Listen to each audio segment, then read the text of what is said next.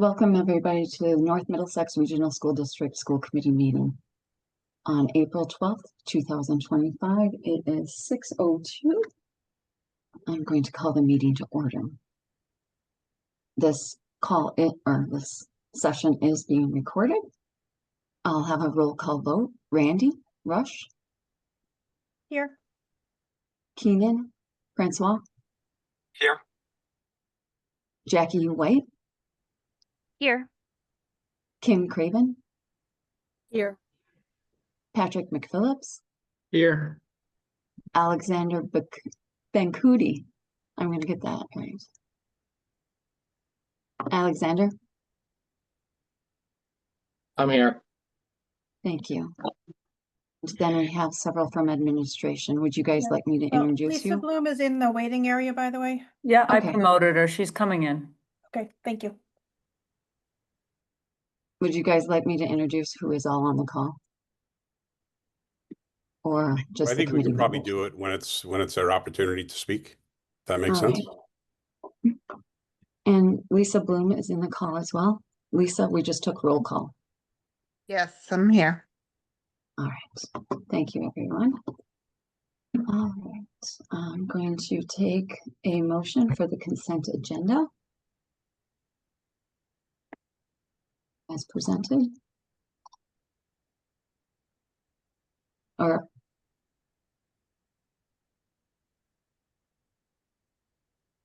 I move that we take the consent agenda as presented. all right. Second. Second. Okay, so that is Kim Craven and Patrick McPhillips. Any discussions on the consent agenda? All right. Then we take a roll call vote for this. Keenan? Francois? Yes. Patrick McPhillips? Yes. Kim Craven? Yes. Hugh White? Yes. Randy Roush? Yes. Lisa Bloom? Yes. Alexander Benkuti? Yes. And myself, yes. All right, moving on to public comment. Robin, was there any public comment? No, I didn't have anyone signed up for public comment. All right. Then moving on to the chairperson report, I have a few announcements. First, I hope everyone is enjoying their summer. It is disappearing quickly, and soon we will be starting school again. So I first off would like to make a thank you to Dylan for watching us on YouTube. He came to me this summer during an event and said he watched us on YouTube and that we were celebrities for him. So all of you to say hi to Dylan, and he was very kind. And he's a young man, and it was very nice for him to do that, to follow us. Another announcement, we're looking to do our meetings in person. Look for more announcements to come out as we finish up that process. I'd also like to welcome Jackie White. She was appointed as a PEPRO representative, and I'd like her to introduce herself and say just a little bit about herself to everyone. Thank you, Lisa. Hi, everyone. We're actually away on vacation, so thus the moose that you see behind me. Crazy turn of events. Yes, I know we had a member recently step down, so when the position did come open, I threw my hat into the ring again. So, Alex, good to see you here again. But yes, I am looking forward to serving. Again, I've got two kiddos who one has gone through the district already and is 19, currently at Middlesex Community, and another is going to be a junior this year. So looking forward to serving at least a 2-year term and ready to get going. Thanks, Lisa. Thank you, Jackie. I also have another announcement. Carrie Battersby, the Ashby representative, has resigned. I received her resignation this morning. And so I did ask her if I could announce in a public meeting tonight that she has resigned, and she did say, give me that okay to do that. So Ashby will be looking for a new representative. Randy? I'd also just like to say that I'd like to step down from the vice chair position. Okay. All right, we'll handle that at the end of the meeting with.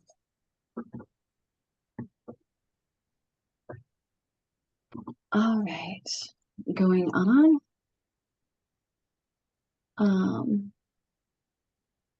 Superintendent, your report, please.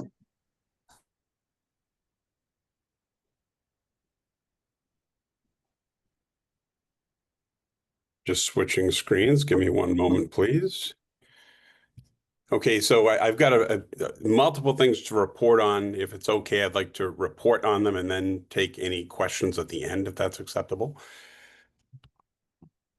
Just addressing first, we're preparing to close out FY 2025, and we did finish the year with just under $2.9 million in the black due to some significant cutbacks in the late winter and spring. This surplus, again, really reflects close fiscal management when it became clear that both FY 26, our current school year coming up, but also FY 27 would be a significant challenge. All of these funds will roll into E&D automatically. In addition, there were several other additional source of unanticipated revenue. We received just under $270,000 in miscellaneous revenue, but of that, close to $250,000 was from the Valley Collaborative, from tuitions, money returning to the district. That goes into E&D.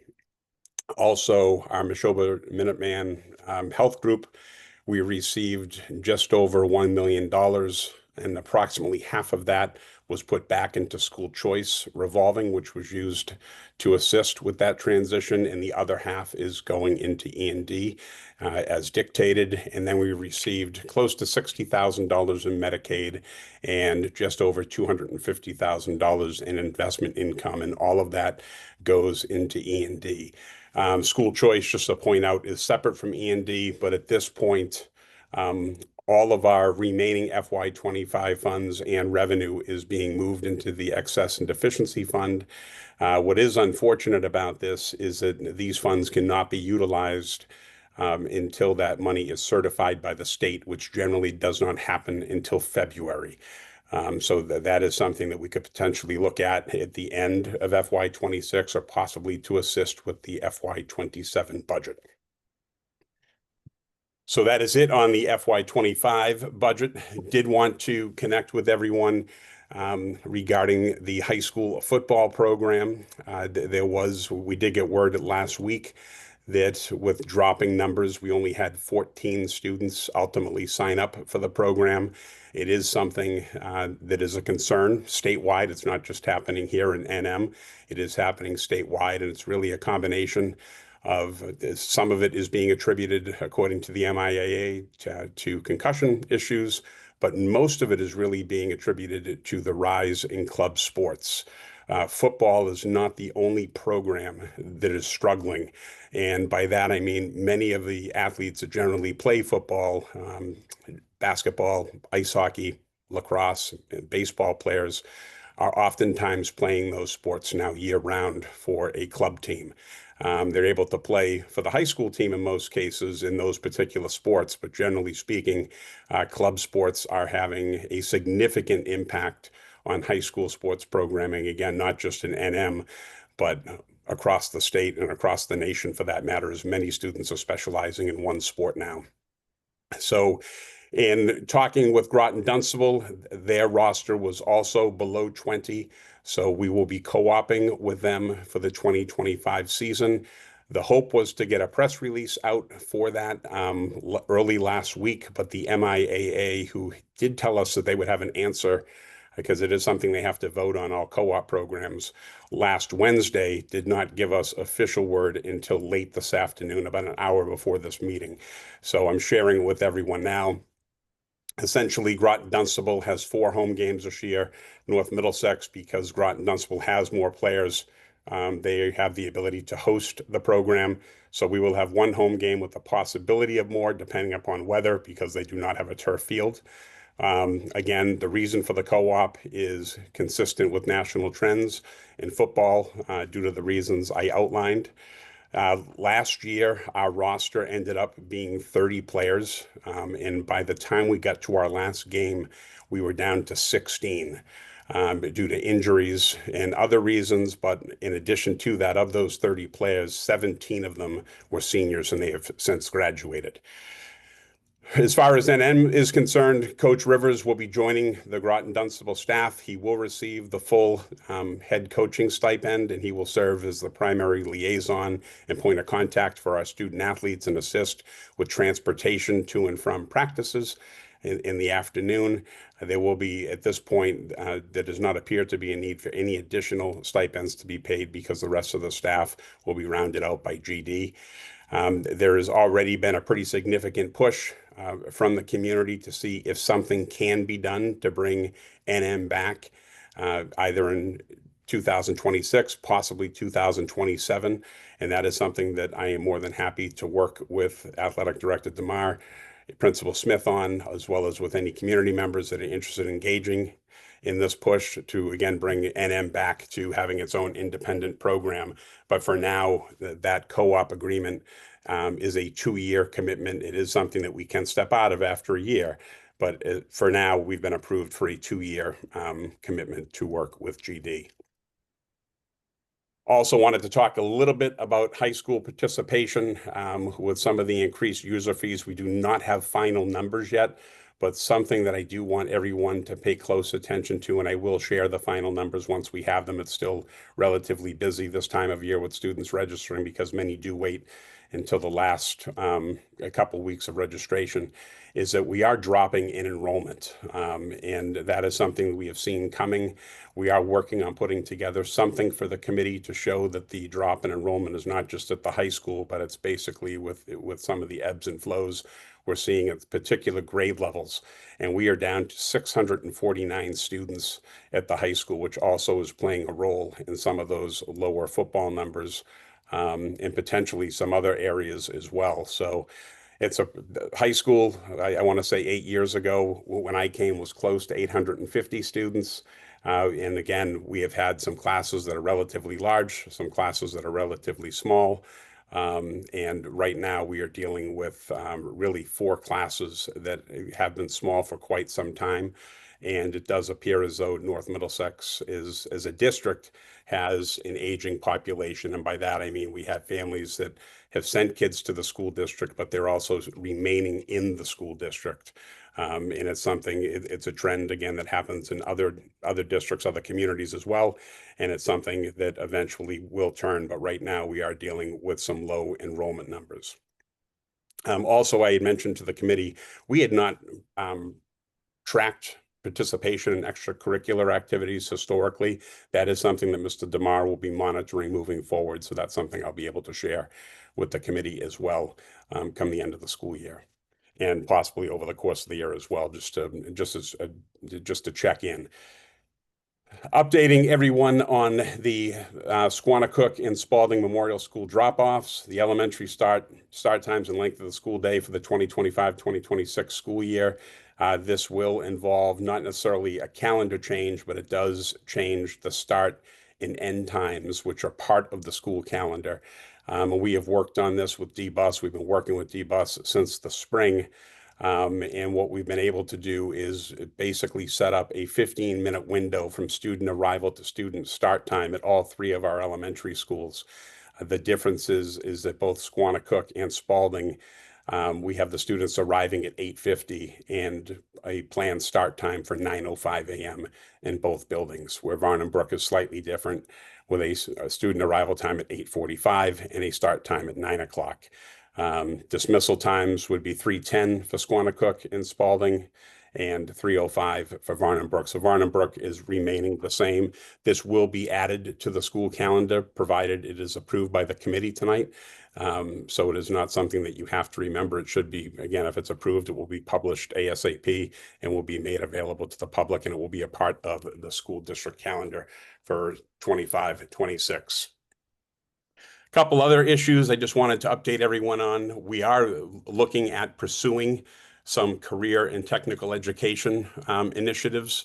I have met with Monty Tech. I met with them back on July 7th, and I attended a meeting with the Department of Ed back on August 4th. And I actually had the Department of Ed come to visit NM back in the spring. And we are going to look to pursue some of the grant money that's available. There's $100 million that's available at the state level, and they are looking to possibly award schools anywhere from $15 to $35 million for comprehensive high schools that are looking to add career and tech programs. But a lot of this is going to be based on the program type, the demand in the area, what do the wait lists look like, and then the regional needs. So our next steps will be to survey families in the district, collaborate with our member career tech schools, both Monty and Neshoba Tech, but more Monty because they do have a fairly large wait list, and that's what they're basing this money off of, and also coordinate and do some work with Mass Hire. The grant timeline is that we do have to submit a letter of intent to apply for the grant by September 15th, and all applications are due on October 31st, and awards will be announced on December 1st. This is a 3-year grant, and it's something that will end on June 30th, 2028. So it is something, again, based on the wait lists that exist at Monty Tech, we may be in a position to potentially add some programs and assist with those wait lists, not just to benefit students in the North Middlesex Regional School District, but also some of our communities out in the periphery as well would have the potential opportunity to come to the school district as well.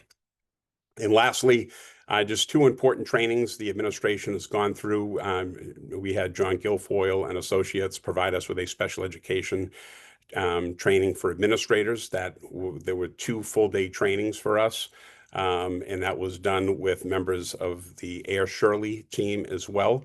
That was done on July 30th and 31st. The sessions were interactive and covered a broad range of special education topics and other issues that offer really immediate practical value.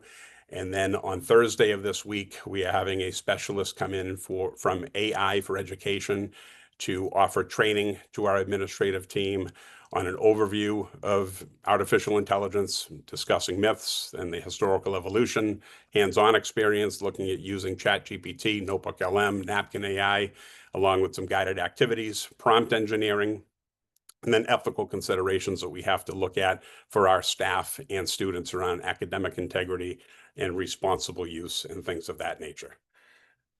So looking forward to that training and really staying current with that, because I do think that for students to be competitive, we do have to look at AI as something that is likely going to be here for a long time. And we have to make sure that not only we as administrators understand it, but our staff are prepared to work with students, and our students are prepared to know how to properly use it. And so we're going to do the very best we can to educate them on that. I can take any questions if you have them at this time. I have a question. Oh, Randy, I'm gonna go with my question Yeah. first, Randy. Go ahead. Mine was about the letter of intent, and what do you need from the school committee to fill out the paperwork or things like that? What do you need? Anything from us? So the meeting was Wednesday of last week. So we are still gathering information on how to best go about this. I have already reached out to our local community colleges to see if there's anything that they can potentially help out with. And I'll be reaching out to Mass Hire and the Workforce Investment Board as well as the Neshoba Commerce. So I'm going to be looking at those. But first and foremost, in talking to Monty and also Neshoba, the first thing that we need to do is put together a survey to our families, and they recommend doing that survey for essentially our 6th, 7th, 8th, and 9th grade students.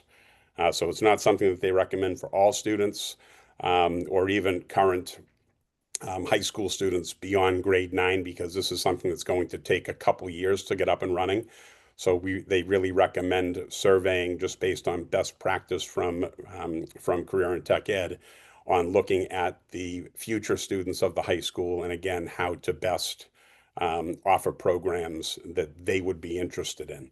Because again, there's certainly a need, and having worked in that area for a number of years, I can use advanced manufacturing as a good example. There is a significant need in that area, but getting students to actually go into it is really a challenge. So we have to make sure that the need also matches on some level the student interest, or else we won't be able to fill the programs. So September 15th, just getting back to that, we will look to apply for the letter of intent and make sure that we're hitting the timelines. We'll keep school committee certainly informed along the way. This is something that was shared with me several months ago from by Senator Cronin, really, in a push to expand seats and expand offerings that many students are being closed off to right now up in our area. All right, Randy. I'll continue along with those questions.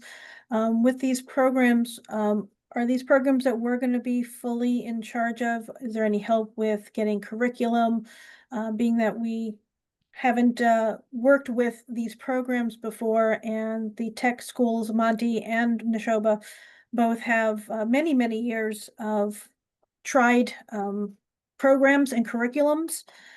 Is there going to be help there? Is there going to be any connection to those schools, or is it really just working with them that we're going to take some off of their wait list? So there's really two ways to go about it. The first way would be putting the programs in ourselves, and the second way would be establishing an MVP academy. And an MVP academy basically would work directly under the vocational schools. That is not something that Monty Tech is interested in right now, because they started one a few years ago with districts that feed into Monty Tech that have lengthy wait lists, two of those being Narragansett and Gardner. And they're not looking to expand that program at this point in time. So we would likely be looking to do it on our own, but on our own would come with a significant amount of support from the state. But also from Monty Tech. In my meetings with them, they would very much like to be involved.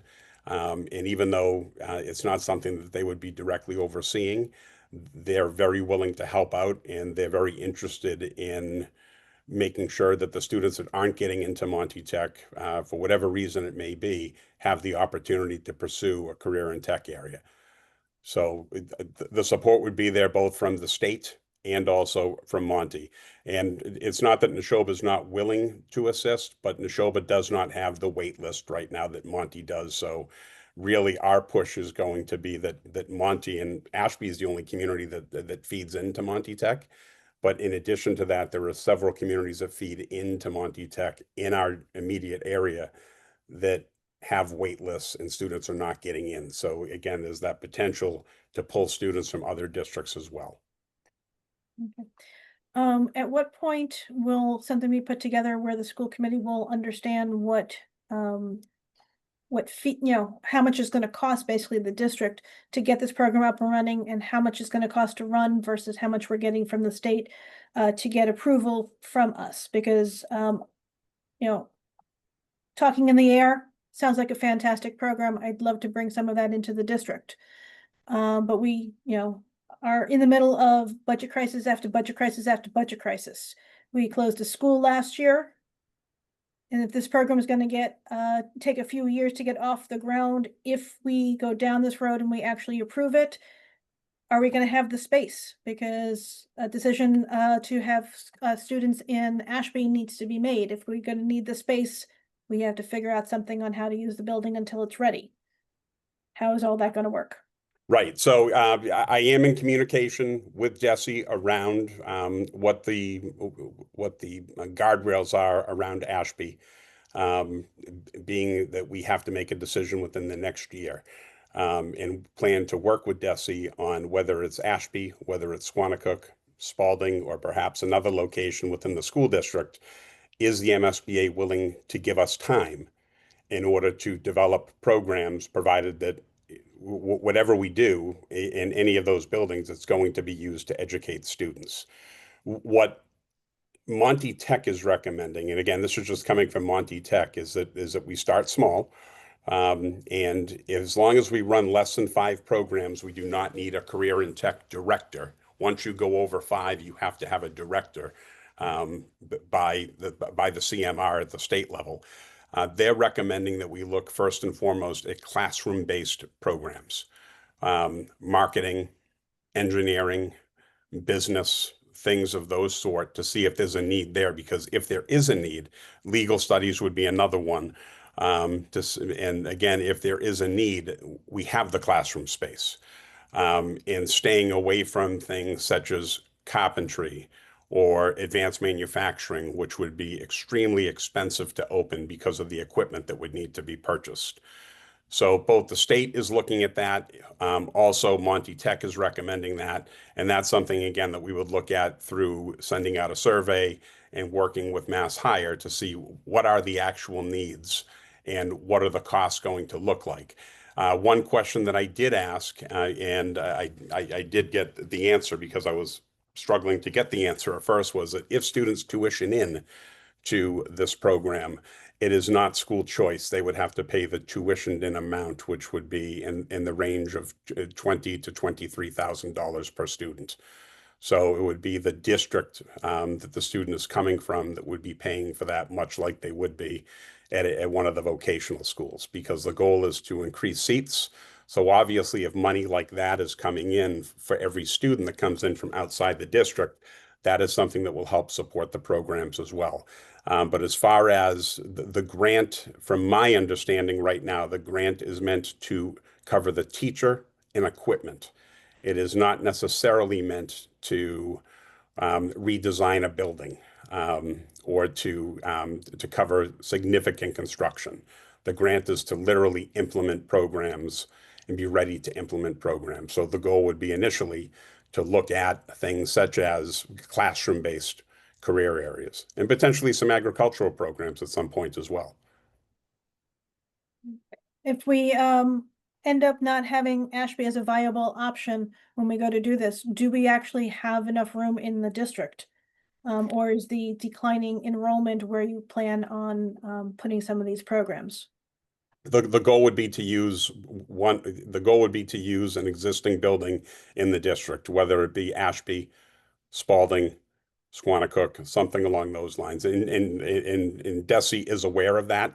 That's one of the things that actually makes North Middlesex attractive right now, is that we do have space, but the problem is that are our wait lists significant enough to warrant it, compared to other schools that have significant wait lists. But they, again, some of those districts may not have the space that we have. So in this case, having the space is something that could potentially be helpful to the district, because we could utilize it not just for our students, but for other students as well. Just talking about enrollment real quick. Nancy, you'd probably be able to answer this faster than Brad. Sorry, no offense to you, Brad. We had stopped school choice a number of years ago. What's the lowest grade that we still have school choice students in?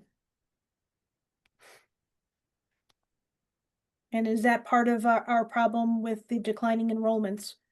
I mean, I could look at that. We haven't had school choice in the younger grades for quite a few years now. I would say 3 or 4. So I'm guessing like grade 5 estimate. I don't know if anyone else has it open or. Okay. But I can. I'm just wondering if the decline in enrollment, I know you said you're going to do a study. I'd be looking to see how much school choice is playing into that, homeschooling, charter, and choicing out. Because I'm not sure, versus just a lower overall decline in the entire district. And I'll let somebody else ask questions.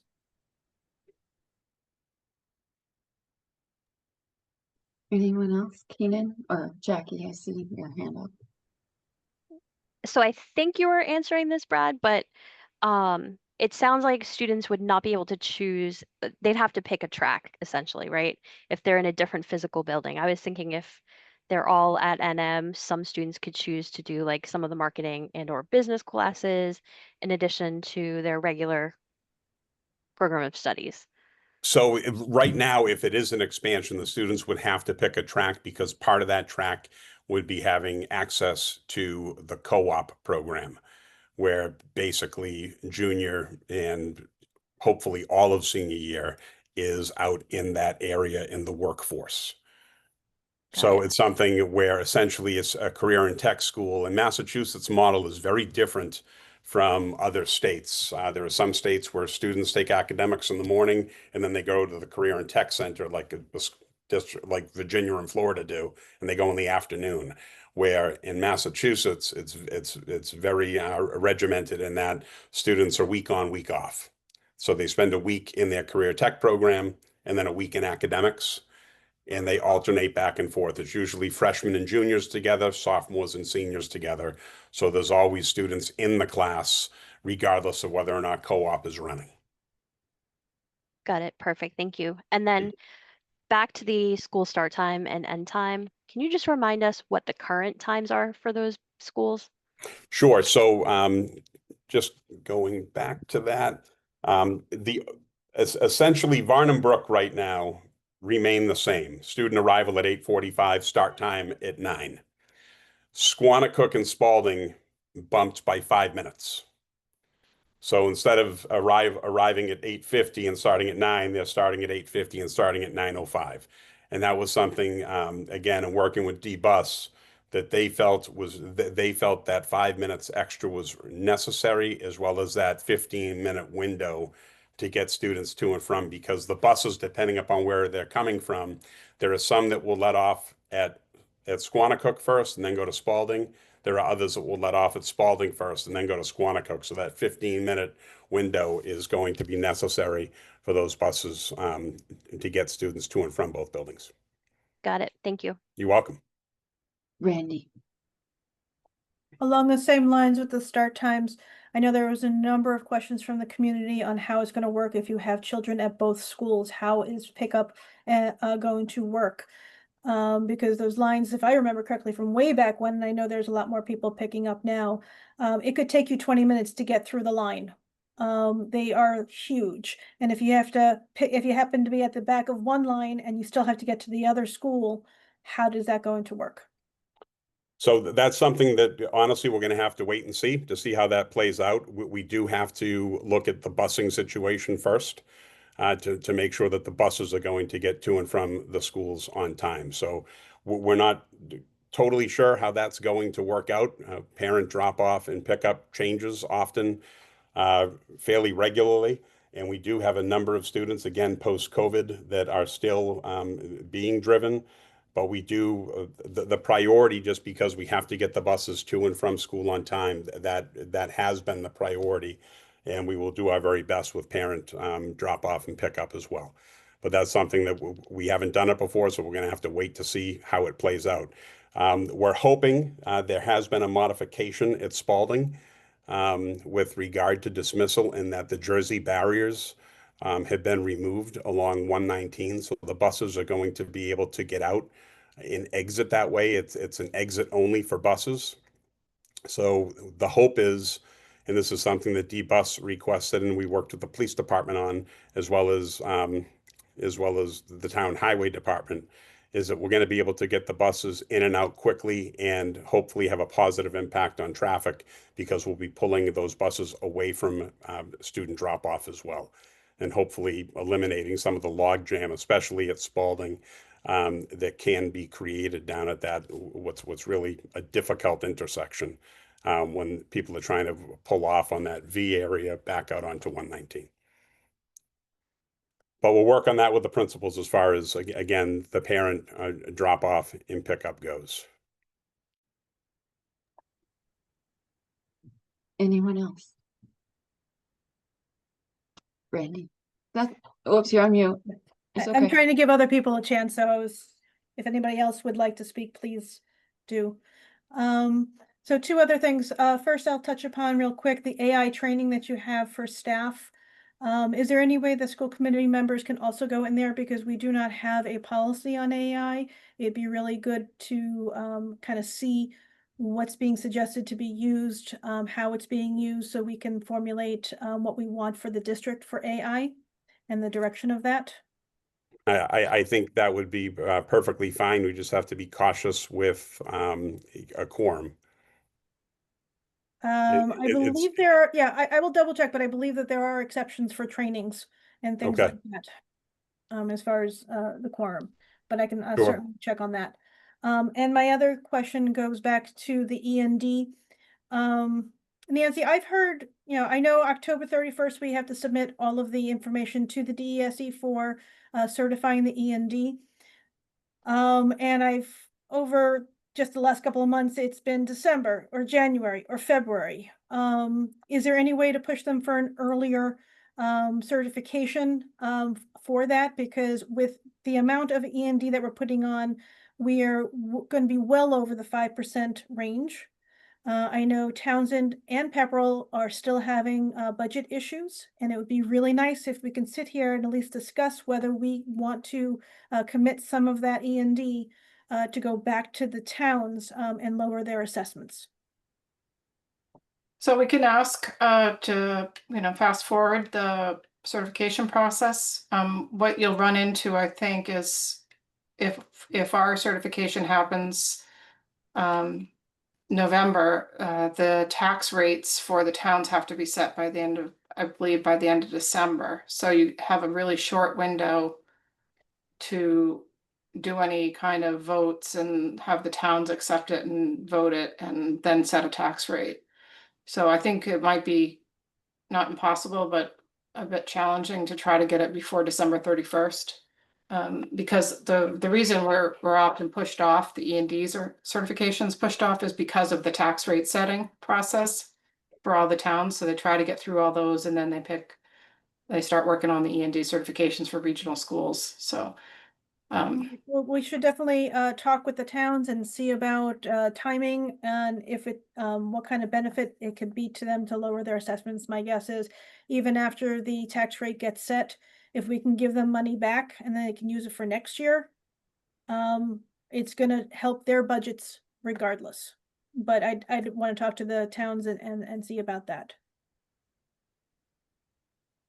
yeah, and I think we have a meeting coming up in September, early September, for the towns, for the budget for FY26. Maybe it's something that could be talked about at that point. Okay. Oh, sorry. Thank you. And that should be all. Sure. All right, any more questions? I think I had a question, but I got distracted by something that Nancy said, so. All right, continuing I will on. share this report with the committee too, so you have it. Okay, thank you, Brad. Mhm.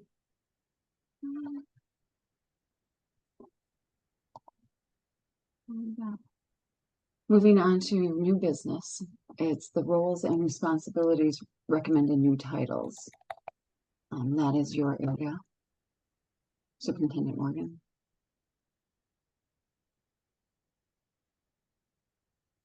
Yes, thank you. So basically, we have a couple positions that I would like approval from the committee on to essentially change the titles, because the actual job descriptions really need to be adjusted as well. So that alone is reason for a change. And the two positions are looking at the assistant principal / athletic director at the high school and making that the athletic director, or director of athletics, extracurriculars, testing administration, and after-school supervisor. Mr. DeMar, for all intents and purposes, is doing that now. He has been overseeing all test administration in the building, whether it be AP, MCAS, SATs. He has been overseeing the athletics, and he has been the on-site supervisor in the afternoon and evenings when he is on duty. The one thing that he was not really overseeing were the extracurriculars. That was something that was just kind of being overseen by each of the individual stipended positions. So by having Mr. DeMar take that on as well, again, as he began to do last year, we'll be able to get better data, better oversight and supervision of those programs, similar to what's happening with athletics, to make sure that, again, the proper supervision is there. This was something that was put forward by Principal Smith. I'll let Principal Smith join in and add anything she would like to add as to the rationale behind, again, moving it from assistant principal, athletic director, that 0.5, to more of an extracurricular and after-school type position, which is what Mrs. DeMar is really doing. Mr. Morgan kind of said it all, but the position over the year has evolved, you know, and having an assistant principal, a full-time assistant principal going into the new school year, who's assuming a lot of the assistant principal roles. We really need someone, and Mr. DeMar fills that from the mid-morning to the late evening, and their extracurricular and everything else that he does just adds that, and it just, the position kind of has evolved into this, and taking the assistant principal title off and adding the extracurriculars really does make sense for the safety and security, and just like the overhaul of looking at everything and making sure we have data and making sure we have someone that's specifically looking at those aspects. Thank you, Ms. Smith. Thank you. And Mr. I did Morgan. just want to add to that. I really think that a key piece of this, above and beyond the extracurricular, is that we really have been lacking in the after-school contact person and supervision. And by after-school, it's not like the administration leaves and goes home, but there is a certain point in time where the principal leaves and the assistant principal leave. And we haven't really had anyone up until this past year be in charge if there's an issue, if something happens. Mr. DeMar does have to work a different schedule than Ms. Smith and the new assistant principal, because if he didn't, he would be working hours that just could not be worked by an individual, by starting every day at 6:15 and not getting out until, in some cases 9:30 at night. So he is someone that comes in many days prior to lunch, at 10 o'clock in the morning. There are days, in test administration days, when he comes in first thing in the morning. But he really does have more of a flexible schedule, but he does provide that supervision in the afternoon as well. And that's something that we desperately need for safety.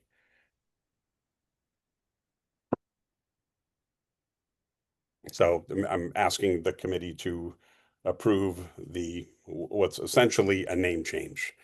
The athletic director, for as long as I can remember, since I've been in the district anyway, has been working these hours regardless. So it's tough to be an assistant principal and not, be there for the start of every single day.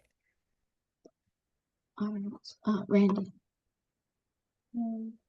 My questions are a little bit more logistical. I understand the role changes and the responsibilities, and I don't have any problems with that. So my first question is the new job description actually developed? Because the ones that are in the packet look like they're the old ones. So I don't have anything in front of me other than what you're saying is what they're gonna look like. They should have been shared because Anne Marie. Okay, I have, I believe she I'm just shared. opening up, it said, position description is assistant director, special education evaluation team leader, grades 5 to 8, gateway out of district coordinator. And then the assistant principal / athletic administrator is what's in the packet. Okay, those again should have been shared because they have been developed. So I'm not quite sure if they could potentially be in a different location that I'm not aware of, but I looked at them before they were shared. Okay, Lisa, am I missing, or are there in a different spot that I'm looking? Let me. Okay, well, people are looking for that. The assistant principal / athletic administrator, switching that to let me just get the here. To the director of athletics, testing administration, and after school supervisor. We already have a job description for a director of athletics, I believe. Because that was in the position before. Do we need to have another title? Can some of these just be added to that job description and go forward from there? I'm just wondering why we need a full description. You can make changes and alterations to the responsibilities as long as they're not huge overalls without the permission of the school committee. Different responsibilities are something that changes on small basis. Don't know how Sure. how those would compare. No, So- I mean, I think we would be willing to do whatever the school committee wishes. All we were trying to do was get the title to match the description, because primarily because things like testing administration doesn't really go with athletic director. And even the after school supervision piece, it may not be an athlete that is in need. Okay, I can maybe see that. And then the other, for the special education, there already is a special education, you're going to a special education coordinator. What was John Judge's position? So John Judge was the assistant director of special education. We still have Okay. the position. But aside, in addition to that, we had another position that was the evaluation team leader, the ETL. And I will let Erin, who's on the call as well, explain why we're requesting to change that to the special education coordinator, because this particular person does more than lead team meetings. And there's a good amount of focus on other areas. So I'll let Erin, and just so everyone's aware, the rationale is in my report that I'll be sharing with the committee after this meeting. But Erin, I don't know if you want to add additional reasons as to why the name should be changed. Yes, thank you, Superintendent Morgan. I'm Erin Upton. I'm the Director of Special Education. And some of the reasons for the name change are what Superintendent Morgan had referred to as the responsibilities have changed, the role has changed. So in this particular case, we were looking to make the title match the actual responsibilities in of the job, that description that was already created. So across the state, when you think of the role of an evaluation team leader or an ETL, they typically focus on overseeing special education eligibility meetings, running IEP meetings, making sure we're in compliance with IDEA and the Massachusetts regulations. Here, though, the role evolved, and what currently exists as a job description includes additional responsibilities that have broader leadership expectations. There are tasks like coaching and evaluation of staff, overseeing the district's special education programs and supporting the teachers in those and the related service providers, and working closely with families. So the duties of evaluating staff are really more in line with the special education administrator license, which is required for anyone who's supervising, evaluating, or directing special education program services or staff across schools. So we feel as though the change in the job titles actually matching the existing job description. We made some very minor adjustments to the job description, and I apologize that you don't have the correct one accessible to you. But it definitely would allow for this to create more clarity and reflect the role and the work that's being done and bring us in line with the state norms.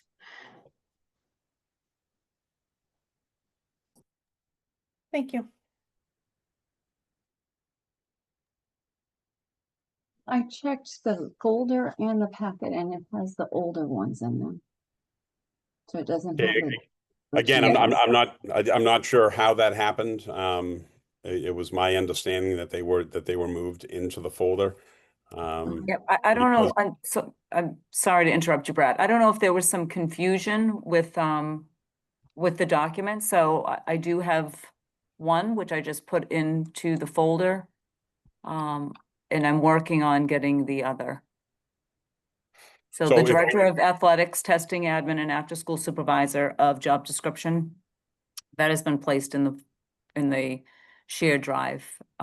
Randy, if you want to look at it, I'm working on getting the other one. And if we have to wait on it, we have to wait on it until the next meeting. That's.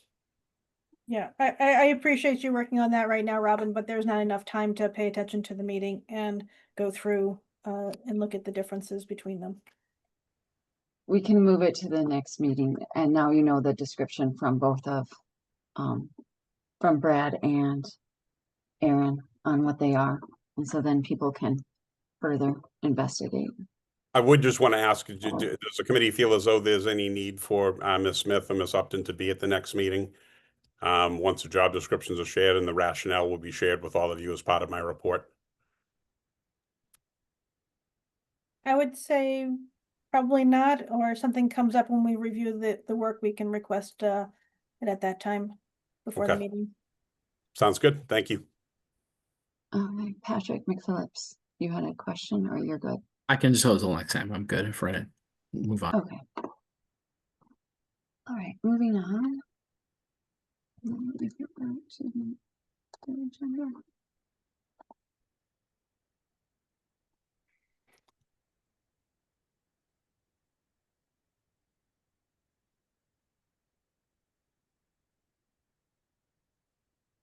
Next item, if it's okay with the committee, could we move the handbooks forward to allow the other, to allow Lori and Kate to, and Chantel to leave early?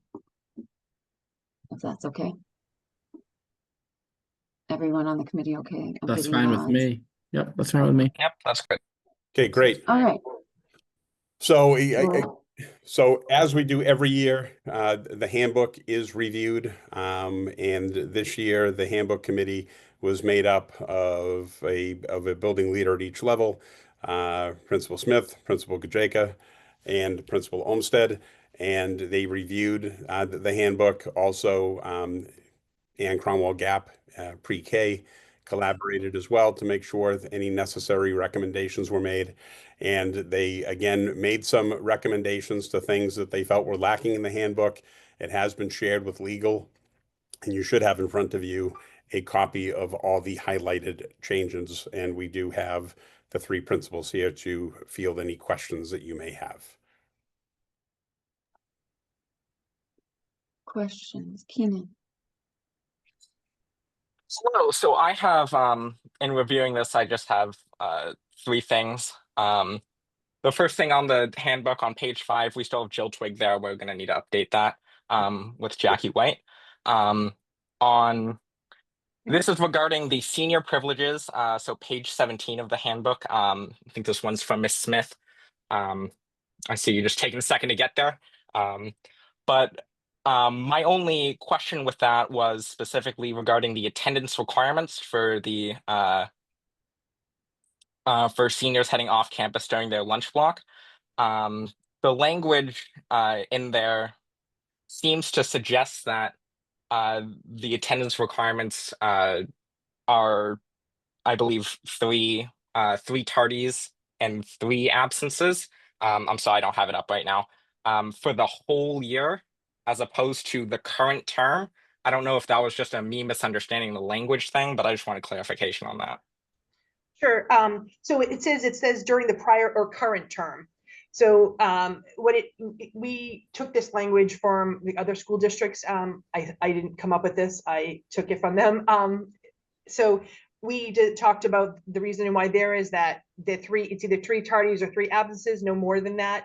And it does, when it does say during the prior or the current term. So we're starting this in November. So we're going to do it we're starting with Q1 because we didn't get to give the juniors last year the information that they're going to have this privilege this year. So that's why we're starting it after Q1, but it's during that current term that they need to get approval before they could even be considered for this. Does that answer your question, Keenan? Yes. And for the attendance requirements, term, we're referring to quarters here. Yes. Okay. So then great. That negates my other thing with that. My other question was, I guess, more general. I don't know who exactly to target this to. On page 29, section 8, regarding an empowered digital use form, says all students and faculty must agree and sign our empowered digital use form prior to students and staff members being granted independent access to digital resources and district networks. I just wanted some background on that. Like, why is this coming around? Is this just like legal CYA stuff. What's that about? That is actually the same thing that we've been using in the past, the acceptable use policy. We've just modified the title's different. It's empowered use, but it falls under the same or holds the same expectations that we've had for years for students and staff to be able to access the internet and our technology system freely. It's nothing new. Okay. I just asked because when going through and reading it, it's referencing agreeing to and signing to some sort of thing. And Yep. as somebody who just graduated, I never signed anything to use the internet. So if this was something that just wasn't being enforced before, I know that they sign it at the elementary level, and oftentimes that carries through. So they, you might not necessarily have to sign it again every year. all right. It's kind of interesting. An elementary schooler can sign something, but Well, they have their parents with them. The parents sign it. that's Keenan. okay. That's fair. So I think that's all I have there. Yep. If I can just go in, Keenan, just so you know, that is policy IJNDB. -E1 is the actual form without the ending the E1. It's the policy that we have for that, and they've been in force since 2015, in 2016, I believe. Thank you, Alright. Randy. Alexander. Oh, I was just gonna say, I'm pretty sure I've signed one of those for my daughter every year. The authorization using the internet. So, I think parents, as far as I recall, it's in the big packet of things I have to sign every year that I get from the school. Yes. It's generally signed. It's generally signed by the parents or by the caregivers. It's not something that is signed by the students. Jackie White. So I'm forgetting already, what are going back to the absences and tardies, what is the current threshold? Three tardies just sounds really low, especially for a kid. I have a kiddo who has like orthodontist appointments and doctor's appointments and things like that. So that was just for the senior privileges that we're proposing for this year. That's not for the attendance policy in regards to doctor's appointments and that type of thing. This is just if they're going to be eligible to participate in the senior privilege to be able to leave during their 30 minutes of lunch and then come back. Got it. Okay. All right. Randy or Kim, which one? Kim can go. Okay, Kim. Thanks. So just point of clarification for, so way up in the beginning, I was scrolling to follow what Keenan was asking about, but the yellow highlight that says that a student must be in for the full day in order to participate in the extracurricular, whereas that looks like a change from the half day. And I'm just thinking about things that are scheduled far in advance for kids, specialized appointments or things like that, that might take them out for a bit of the day. Is now it's saying that if they're even out for a bit of the day for a legitimate absence, they wouldn't be able to participate. Can you just, Kim, do you mind telling me what page you're on? I just have I'm it in front trying of to me. go back to it. We Sorry. should have gone page by page to see if we had questions rather than trying to scroll back and forth here. It is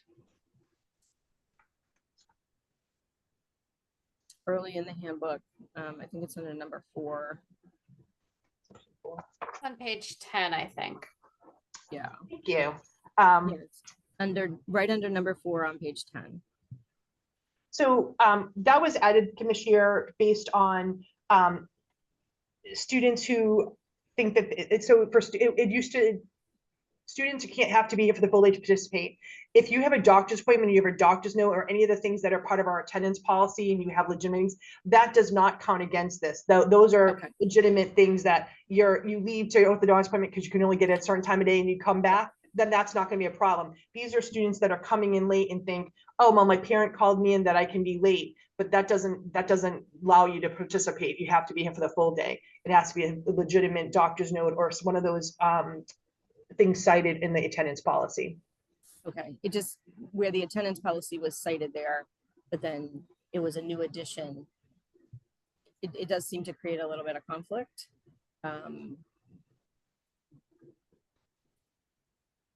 But as long as everybody's clear on that, that was one, just a question that I had.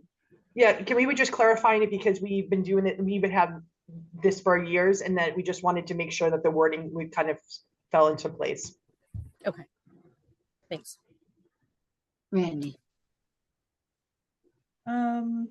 Looking, just senior privilege, since it was brought up already, is 30 minutes really enough time for students to, and Keenan, you may be the best person here to answer this question, to leave the school if they're gonna go get food, eat the food because they're not allowed to bring food back into the school. Is that really enough time for anybody to do that, or is this more intended to allow students to just go outside and spend a half an hour on the lawn? So there is plenty of time in regards, and they could do any of those things that you just mentioned. This is trying to think outside the box in regards to seniors don't have a lot of privileges except for they get to eat in the annex or outside. And over the few years, I've had a few students come to me asking if they could possibly do something like other schools do. So that's when we started looking into it.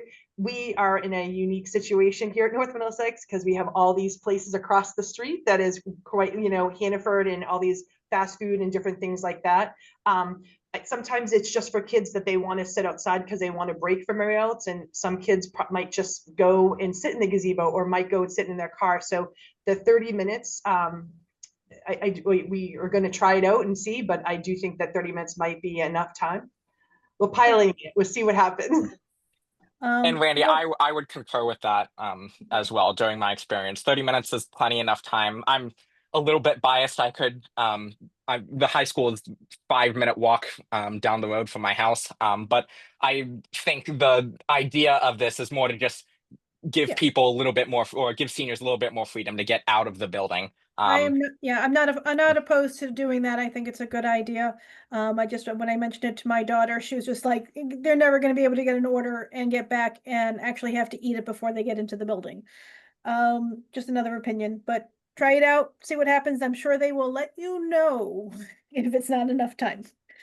You're correct. They will let us know. Right. One other big change I saw at the high school is that no backpacks at the high school, like at the middle school.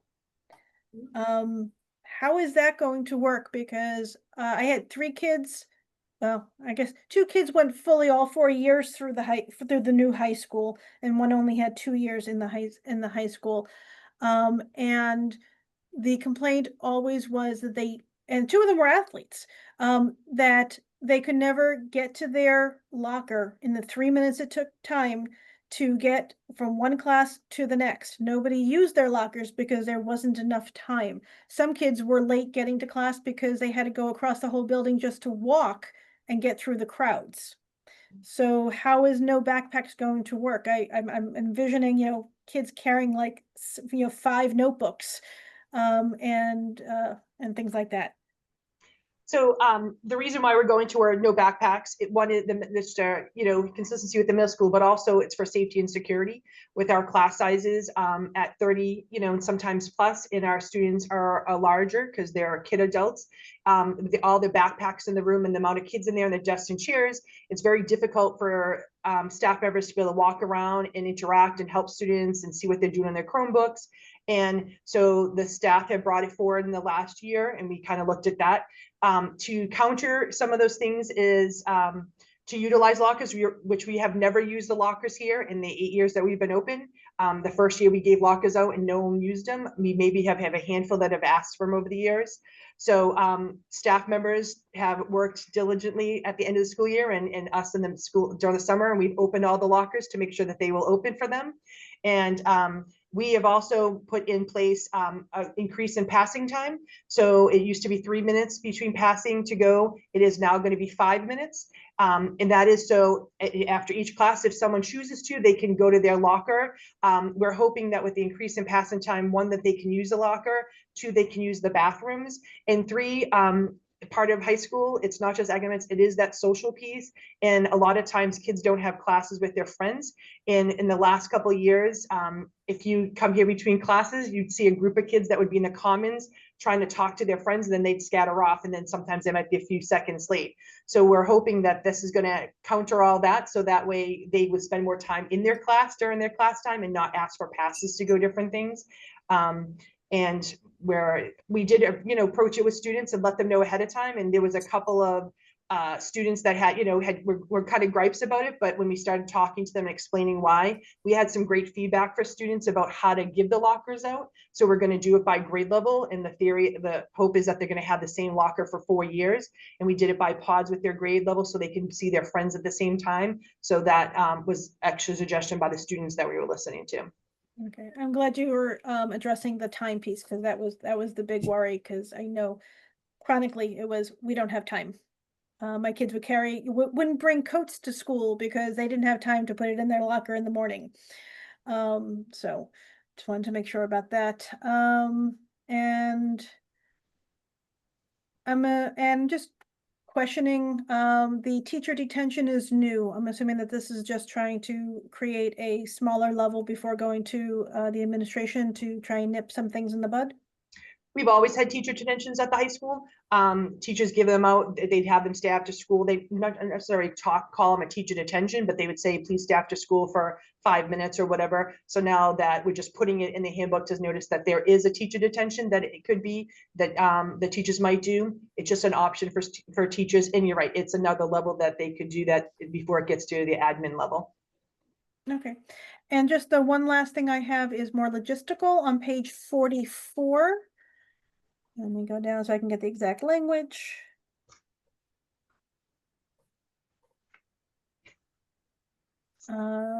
Looking at, went too far. Okay, it was the drop off, and where is it? Oh, sorry, 45, not 44, 45 in the yellow. Students in grades K to 4 must have a parent or guardian present during drop off. Parents, caregivers in K and 2 to 4 must complete a waiver releasing NM. I know this has always been for the bus drop off. Can we clarify bus drop off at the end of the day? Because drop off, a lot of parents drop off in the morning to the school. And that could be problematic, especially if a friend or, someone just drops them off and they go up the stairs. Is that a problem? When I read this, it was just wanting if we could just talk about bus drop off. Yeah, we can add that language in there for sure. And that's it. Great. All right, Keenan. I can defer to Jackie for a second to let her go. Okay, Jackie. Will teachers be giving a little bit of a grace period as we ease into the school year? Things that are forgotten in the locker, they need to run back and grab. As we do with every year, there's a grace period for students for a variety of reasons, and the lockers and stuff will be just added to that list. Okay. Absolutely. Thank you.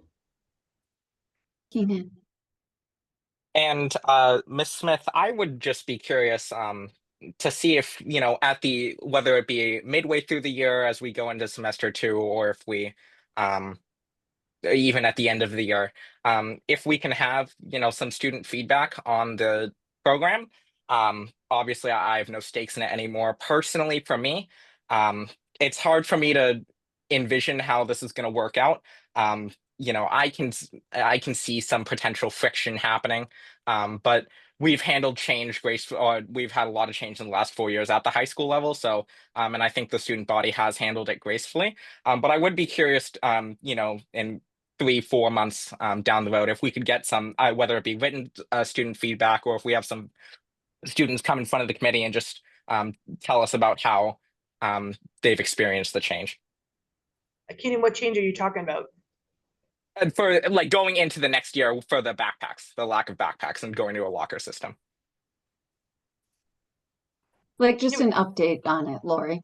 Just to hear how it is. Yeah, not a problem at all. That's fine.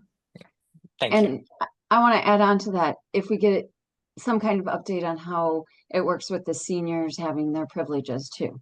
you know, just a little, you know, update. I'm sure. Absolutely. So just to see if it works. I mean, we have to test it out. Let's see if That's it right. works. Yep, that's fine. Anyone else have any questions? I would like to thank Chantel, Lori, and Kate for doing the handbook. I know that sometimes it is a tedious task and can take a lot of time. So thank you for putting it together for the district, or updating the parts that needed to be updated. So I appreciate that. And I think as a committee, we appreciate that as well. All right, any more questions before we take a motion to approve the handbook?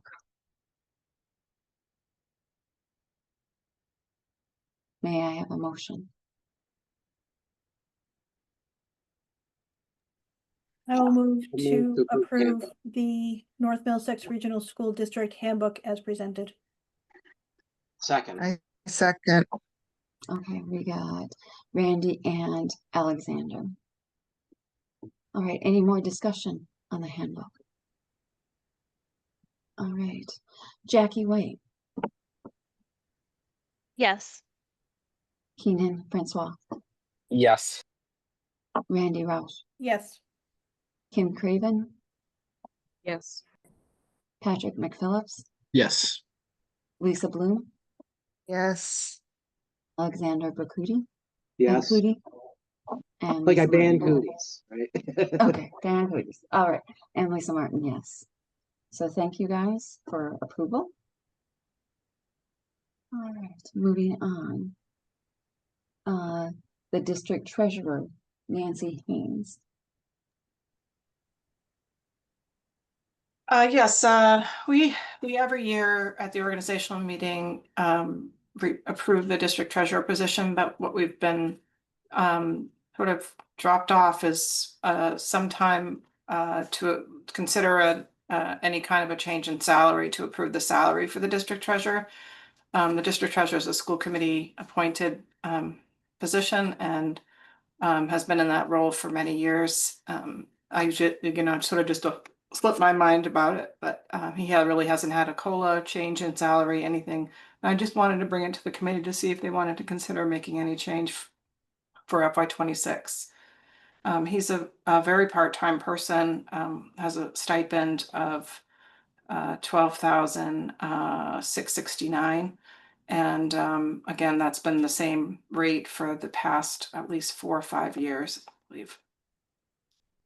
So I didn't know if there was any interest in, I did ask Robin to include that consideration for what the salary change or what the salary should be set at for the next organizational meeting. So it'll be in there going forward. We won't miss it that way. So in the agenda here, we just have a blank item like 12669 to blank number. Are you just asking us to consider whether we want to change the salary at a future meeting or change the salary right now? I mean, either way, it's really your call. It's not up to me, but we did budget an increase. The budget number for FY26 is just for your info and is 13,936, which that would be if the entire increase was given to the treasurer, it would be a 10% at $1,267 increase.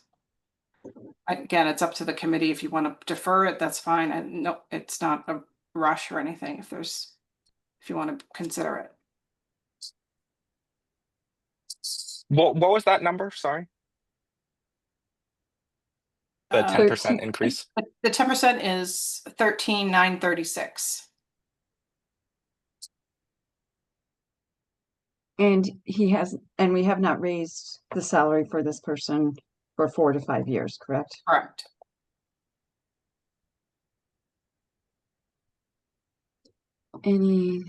Jackie White. How many hours does he do? Is it weekly or monthly? I don't know the exact number, but I want to say roughly 5 hours a week or so. I want to say, and I think I have that somewhere. I could double check with him. Probably 5 to 10, depending on the week. He handles all of the payroll, tax payments, any transfers of funds for warrants, bond related issuance, keeping track of the debt service, reporting the cash at the end of the year to Department of Local Services. So it fluctuates, but I would maybe on average guess that it's probably 5 hours a week.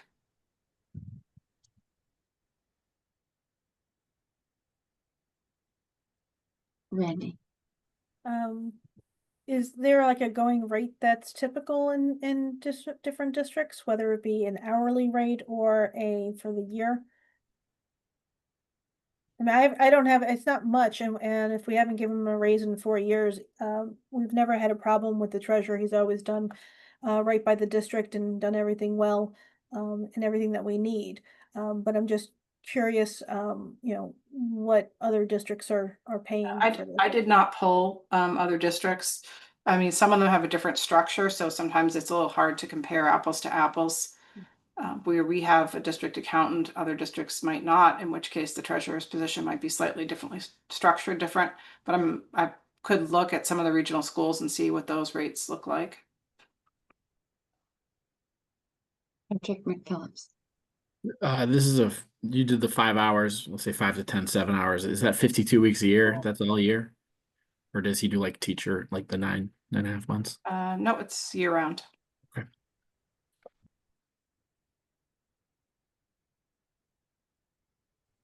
Jackie White.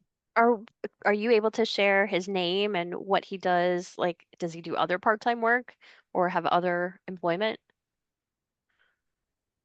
Oops, Nancy, you're on mute. Nancy.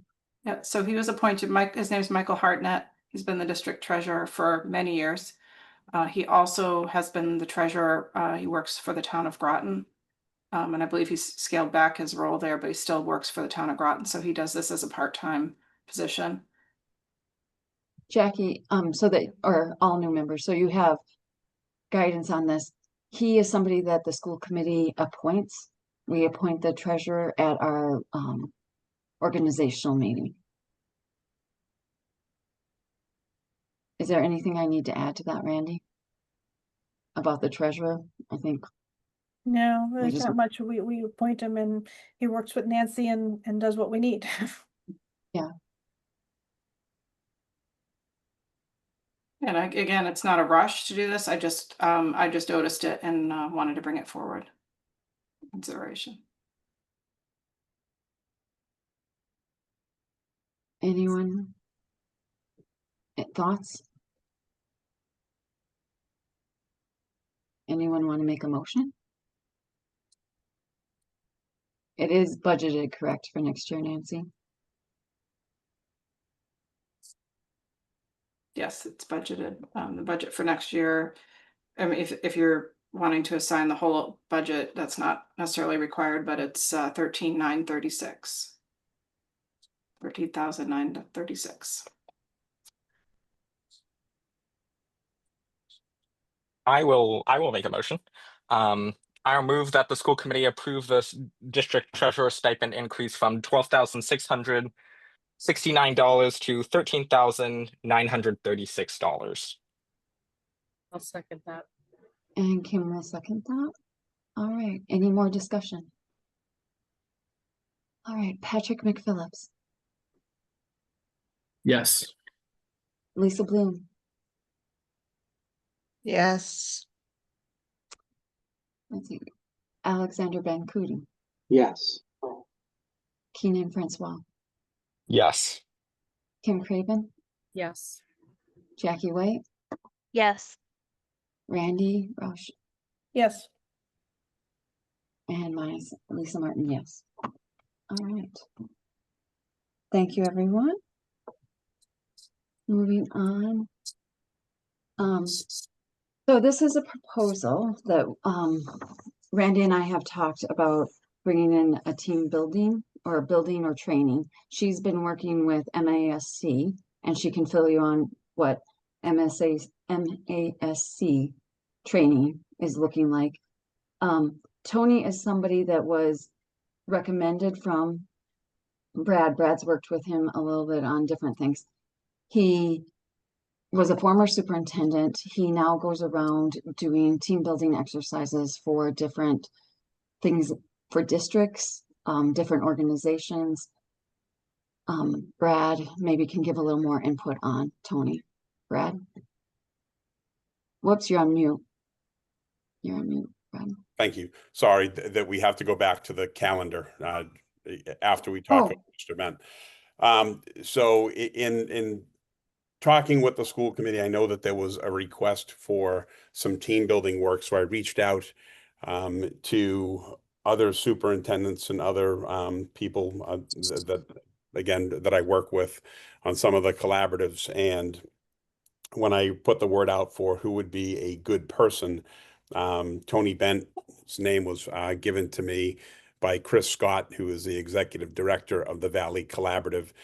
He's been working with the Valley Collaborative since the name change several years ago, and has been working with the board of directors there, which I serve on. Much of that work happened prior to my arrival. It happened, so in essence, prior to 2018, but he did extensive work with the Valley Collaborative Board of Directors, the administration, in really righting that ship because there were several issues that needed to be addressed. So Tony Bent's name was given to me. Tony is a former superintendent in Groton Dunstable. I believe he also has worked as a school committee member, has worked with unions. So I don't have any direct personal experience in working with Tony outside of some presentations he did during the new superintendent's induction program, but he came very, very highly recommended by the executive director at the Valley Collaborative, Chris Scott. So, and then I'm going to add on to that. I reached out to Tony and talked to him. He does not come without a price.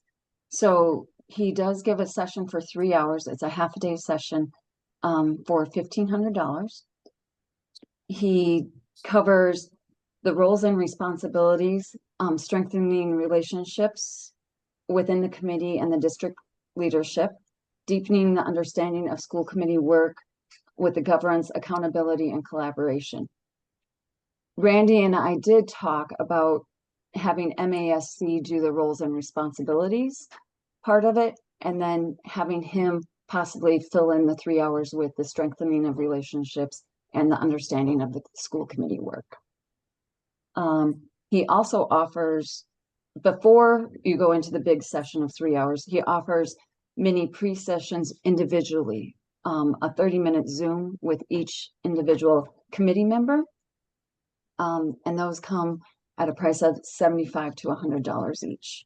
And these are a way for the icebreaker, so he gets to know you and the concerns that you have, and how you want to work within the team.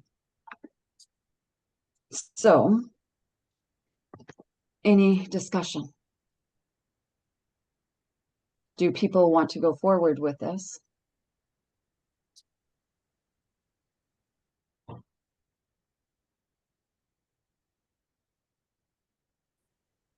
Jackie White. Obviously the new person here, but I think any opportunity to have some like outside help in setting cultural norms and figuring out how to work together, it sounds like a really great investment. Oh, and I'm going to add one more thing, is when Randy and I had spoke about this, we talked about how we would make it like a potluck dinner before, and then all of us sit around, eat some food, and then go into it. Tony would not charge for the potluck dinner. He would only do the 3 hours after, just to make it clear to the public that we are not paying for his dinner here necessarily, or his time. All right, Randy. I was just gonna say, at this point in time, with such a young school committee, I think we can use all the training we really can get. MASC will be coming in for roles and responsibilities. I also am talking to them about coming in for other trainings as we need. I'm hoping to have them in here 3 or 4 times. But I think a little bit of team building, along with going over what our roles are and how we're supposed to be working together and how to work the most efficiently together is going to be extremely beneficial, as we don't have a lot of institutional knowledge that's being handed down, with Lisa and I the only ones with over 2 years of experience. So I would highly recommend and very much advocate for this training. And I'm going to second what Randy has said on that. I would advocate for it too, because then everyone comes into the training and can learn exactly what is going on, and some team building for all of you to get to know each other just a little bit. And there is a MASC conference that is beneficial to everyone. We have money allotted to the school committee for that training. And it's great training if anyone wants to participate in that.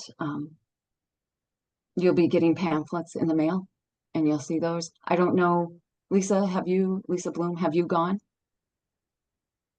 to the Cape for the training? No, I haven't. Okay. Lisa, it's not really training, it's a conference. So you're going Conference, there. yeah. Yeah, conference is a little bit different than training. It's there's a lot of different sessions that you can go to on different areas of school committee duties and work and things that people are working on.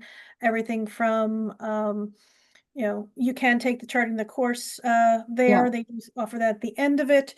But you'll have on LGBTQ and incorporating that in lots of different subjects that can be quite invigorating as far as working on the committee and bringing stuff back to the district. If anybody does have the time, if not this year, then I would definitely say look at next year or next couple of years, taking a trip down there. It really is worthwhile to go. You can network with other school committee members from other districts. You can, they have vendors there, see if there's any ideas to bring back to the district. There's just so much going on there. It's definitely worthwhile. Yeah. And like Randy said, they do offer the charting the course at the end of it. So it is a good time to get charting the course in as a new member. Any more questions or concerns?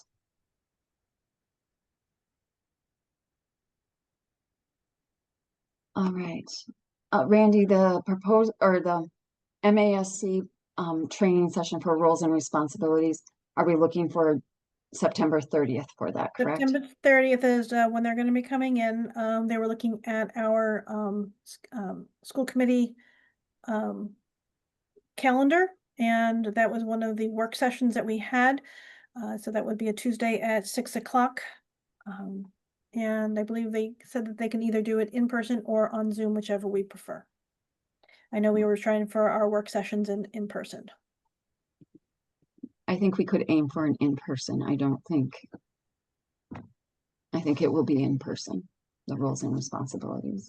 And if anybody is interested with MASC, our field director, her name is Alicia Mallon. You should feel free to reach out to her for any questions that you have. If we can't answer them or just want to talk to MASC about them, go on their website. Her email is there, phone number, or I can try and put you in touch if you're having difficulties. But she is a resource for the district. Patrick McPhillips. So that's end of fiscal year for the government. So I don't know if I'll be able to attend that. That's typically like our busiest night of the year at work. The September 30th? Yeah, I may be able to call in from work for some of it, but that's typically like not a good day for us. Okay. That's okay. That's good to know. Thank you, Patrick. Anyone else?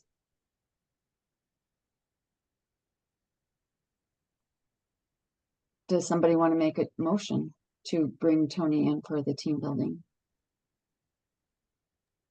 I will move that we vote to bring Tony Bent into the district for the proposed training that he has offered. I second. That is Randy and Lisa Bloom. Any more discussion? Keenan, Francois, Yes. Alexander Bencuti, Yes. Patrick McPhillips. Gonna abstain. All right, Lisa Bloom, Yes. Kim Craven, Yes. Randy Roush, Yes. Jackie White, did I get you? No, you did not get me. And yes. All right, and myself, yes. I'm going around the screen trying to, you guys keep moving, and so, all right, moving on. School start times discussion. This is something that Kim Craven requested that we discuss. Okay, Brad? Can I just go back to just to have the district calendar Okay, updated again? And so I'm just asking the committee to essentially approve the modification to the district calendar. The school start times are now part of the district calendar. So the modified start times, start and end times for Squanicook and Spalding have been adjusted by 5 minutes. They've been shared with the association as well, and worked out with D-Bus. So I just need the committee to approve that change. Again, it's not a calendar change, but it's part of the calendar. all right. Do we want to move that up from old business right now and make the change and on it? It's number 3 on the hang on, sorry, it's number 3 under new business. It's right after the district treasurer. Okay, all right, I pulled up a wrong Sorry. one. I got a wrong agenda. All right, let's do the calendar before we go to the start time. Sorry, Kim. Any other discussions on the calendar?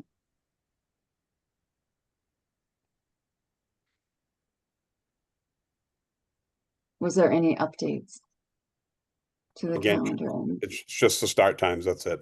Start times, okay. I, Yep. yeah, Lisa, I'd like to see it on the agenda, not that I don't want to vote this in, but I have an agenda up at the bottom. It says update posted on August 12th at 10:30 a.m. And number 3 under new business is the handbook. Is Brad on it? Do you have a Yeah, I different? don't have that on the agenda.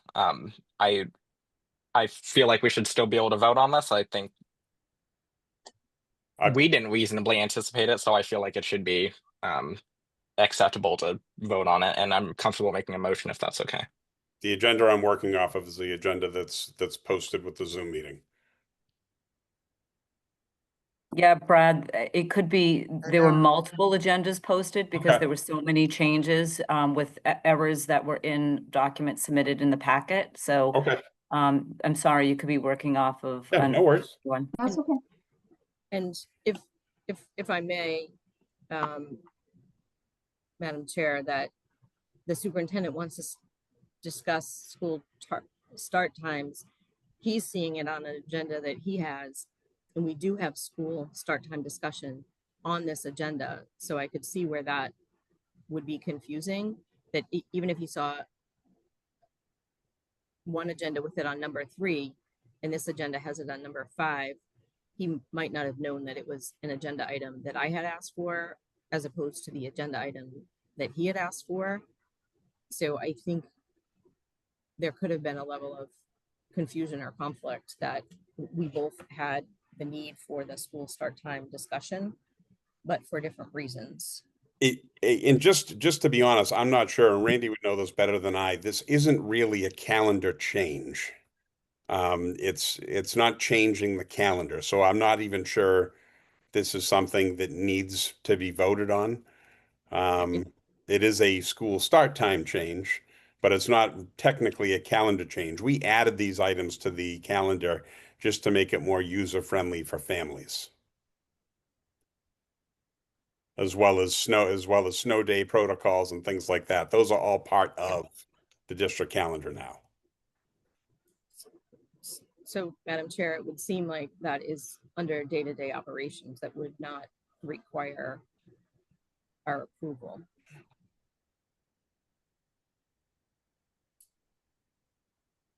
That's how I understand that as well.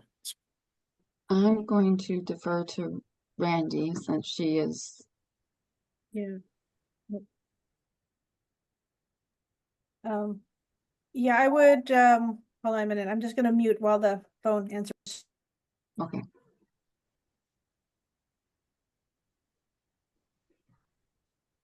So while she's muted, I just want to clarify, it's something that the superintendent would be able to send out to parents.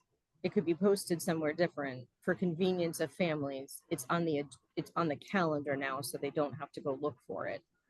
That does not seem like. And I mean, the school committee did approve the MOA that went with this for the teachers. Correct? That Right. was our duty to do the MOA. Correct? I'm not sure if that was a part of the MOA or not. Yeah, And we, I'm sorry. no, go ahead, Randy. I was just gonna say is, school start times are something for the school committee. They are in the handbook. So, that is part of how we approve them. And if these were correct in the handbook, then they're already approved as far as the start times. I think just adding them to the calendar, you're not changing the calendar. I don't think it's something that we need to put in as a change. Okay, great. Thank you. I am all set then. Did we have an amendment to the calendar for the snow dates, Brad?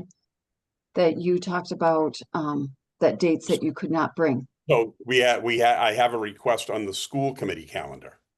Yes. Yes. Okay. Oh, see, that's where I'm getting confused because I can't see the SC on the calendar. Sorry. That's there are okay. multiple calendars on the agenda. Okay, I got it. All right, now we're going back to school start time discussion. Thank you for adding this to the agenda for me. Okay. For those that have been on the school committee since May, you might recall that there was a teacher that had sent in some information regarding school start times, and in discussing it further with some other folks, there was mention that before her passing that Sue Robbins looked into this as well. I don't have all the background on this, but what I wanted to bring up was the differences in the school start times within the area, and that we are the earliest start time. And there is a lot of research, even in my my professional work around sleep and sleep studies. And I didn't know if we could entertain having a working group put together with a school committee person, some teachers, parents, and staff, and even some students to discuss the start time. And for perspective, at the time that I got the information, back in May, the start time for North Middlesex was 7:12, and Groton Dunstable was 7:27. Neshoba was 7:35, Leominster 7:30, and then Littleton was 8:20, and there's Lunenburg was 8 o'clock. So there's some variations, and then at that time school sports starting at 4 p.m. so that there might not be an impact. I'm not asking us to debate the merits of earlier, later, the same start times, but given the amount of research that's out there and the attention on this topic, if the committee would entertain a group getting together to do some more research and either giving suggestions that we should stay the same, make a change, or what have you, whatever comes out of that working group. Discussion. Patrick McPhillips. Yeah, I mean, yeah, I'd be comfortable with some sort of working group. I'd be really curious on student and parent input on that because I think that at the end of the day would be the priority if it's something they're interested in, and if we can get the union to agree to it, I don't know why we shouldn't look into it. Anyone else? Jackie White. Ditto exactly what Patrick said. And I think Kim is Thanks for providing the start times for the other districts around us, because I think that's really interesting, especially looking at Littleton and Lunenburg. I had no idea. So I'm all for putting a group of us together to work through this.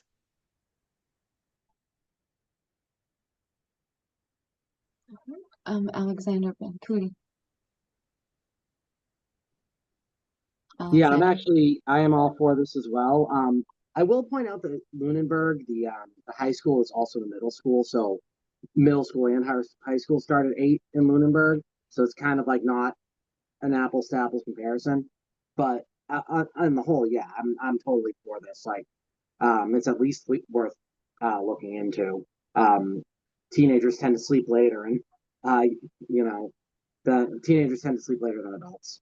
So I get it. Yeah. Um, Now with you definitely need parent input, and at the end of the day, we might not be able to make huge changes, but yeah, I'm absolutely for looking at this. Thank you. Randy.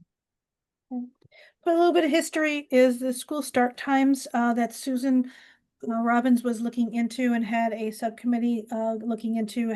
She actually had people come into the district to do presentations on it. It was at the time when there was a lot of sleep studies going on, especially with the high school and driving. The push at that time was to look at probably switching the elementary school with the high school start times and having the elementary school start earlier. We unfortunately, with the busing situation, we can't condense down to 2 levels because of the number of buses and the cost to the district. And so a lot of districts at that time were looking, and some of them did go ahead and switch and make the high school starting on their 3rd tier versus their 1st tier. There were other things that were being thrown around as possibilities as well, but I know we definitely had, I think it was the director of the sleep center at Children's Hospital come in and do a presentation. I'd have to look back at what her name was. So there was a lot of work, and I can see if we still have anything on the drive to kind of aid in at least some background information on what we've already looked at and where information for resources are. I am definitely in favor of doing this. As far as the school committee, this would be something that we would need to probably want to create the subcommittee with a scope and a purpose for 1 year, and we can define, where members are going to be from. Community is just fine, and then approve the subcommittee to have this go forward. So great. Thank you for your willingness, Randy, to go ahead and pull some of that past information. And I do want to make sure that we go into it with, just open mind of what is the here and now, even given some of the history there. So given that, I don't know that it needs a formal motion, but I'm happy to create the back end work to present it to the school committee next time for a formal vote. I just did not want to go through all that effort to create like a scope to present to the committee if there was not interest, but it does seem like there's interest. I would think that that would be great, Kim, if you want to do the scope, and we can bring it back to another meeting for approval. And then we can assign the committee for that as well. Terrific. I will have that to Robin in enough time to send it out with the agenda for our next meeting. And I see Superintendent might have his hand up. I just wanted to add that there's a significant amount of information on the drive, as Randy had stated, around start times. Much of it is Susan Robbins' work. There are some presentations on there as well. So all of that still is on the district Google Drive.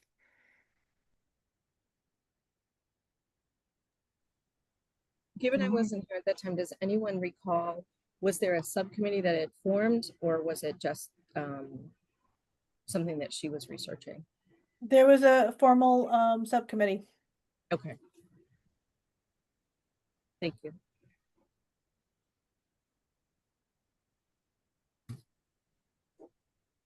Moving on, the committee meeting and posting requirements, the propose of our process and timeline. We need to set some expectations with this as we begin meetings and some norms around this. It's scheduling, getting the materials in to Robin at a certain time, you know, everyone for our own review to get them in and things like that. Making sure that we're checking the calendar to see who's all scheduled, if we have multiple meetings going on in the week, things like that. So I just want to bring this forward for a little discussion on what people want to establish for the norms. Robin may have some input on how long it takes her to process things.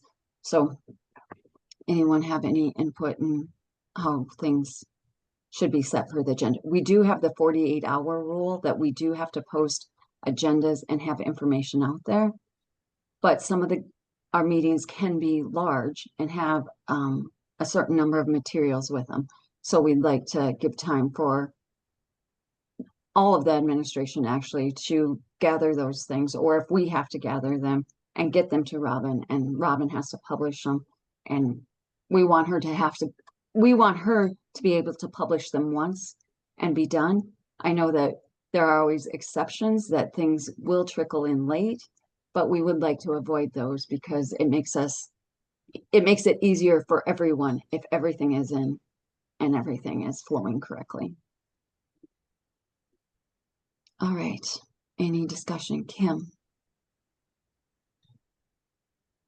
I seem to be remembering that we were talking that in order for the PDF to be compiled, we were looking at a week out, if I remember correctly, for getting the information to Robin to compile. And in my mind, it also goes a little further than just the compiling of the agenda, and it's the process that we use to request information as well that needs protocols and parameters around it, so that we are not stepping in the way of other requests or timely requests or things that are going on, that we should not be putting undue work on staff, requests from staff that maybe aren't from the meeting. So if we're doing a committee meeting, our regular committee subcommittees, that we have a process for requesting the information that what we might need for a meeting, as well as what we might have to be presenting to Robin to create the agendas. And I don't know if that was in your line when you were thinking committee meeting posted requirements. I was thinking our regular committee and our subcommittee really need a process. Yes, along those lines too, because we do need to establish more norms, and with everyone being new and not knowing what the process is necessarily, we need to make sure everyone understands this process. Is it something that you're asking for direct feedback now on what our thoughts should be for more of the process, or would you like us to reflect on, you know, past documents and make suggestions that way? Like, what is the best forum for this? Could I jump in real quick? Yes, Patrick. This sounds like something great and easy for the operations subcommittee to take a look at and work with Robin on to work on those processes and procedures, if that's something that would interest the committee. Patrick and Randy. Randy, you flipped over on the other side of my screen.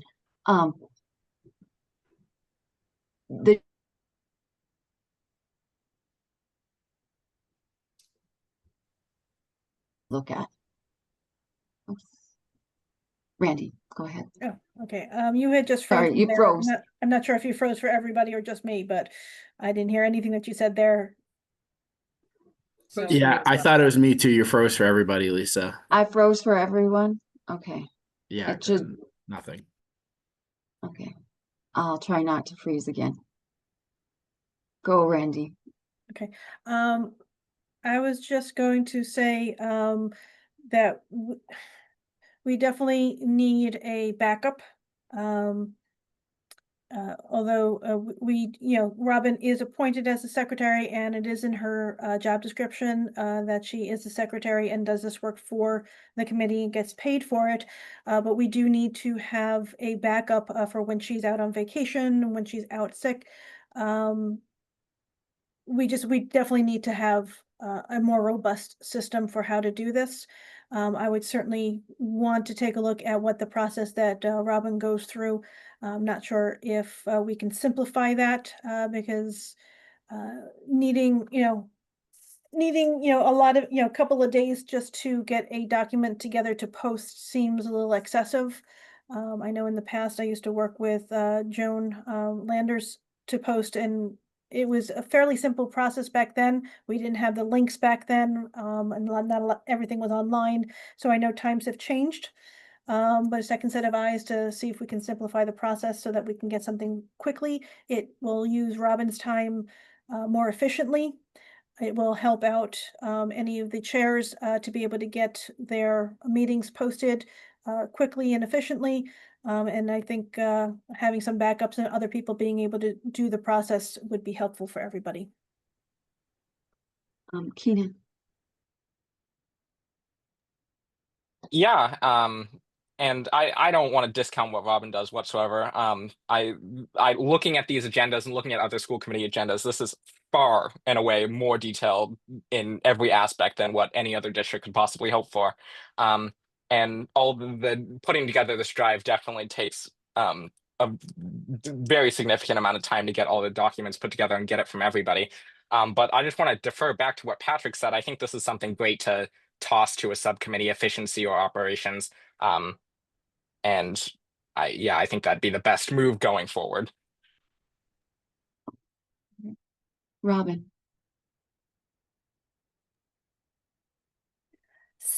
So I just wanted to give a little feedback before you all start meeting. In reality, when work is coming in, a week sounds great, but when you think of a week, that's really 5 work days. So when I get an agenda, there is a process, and I think there's always room for improvement.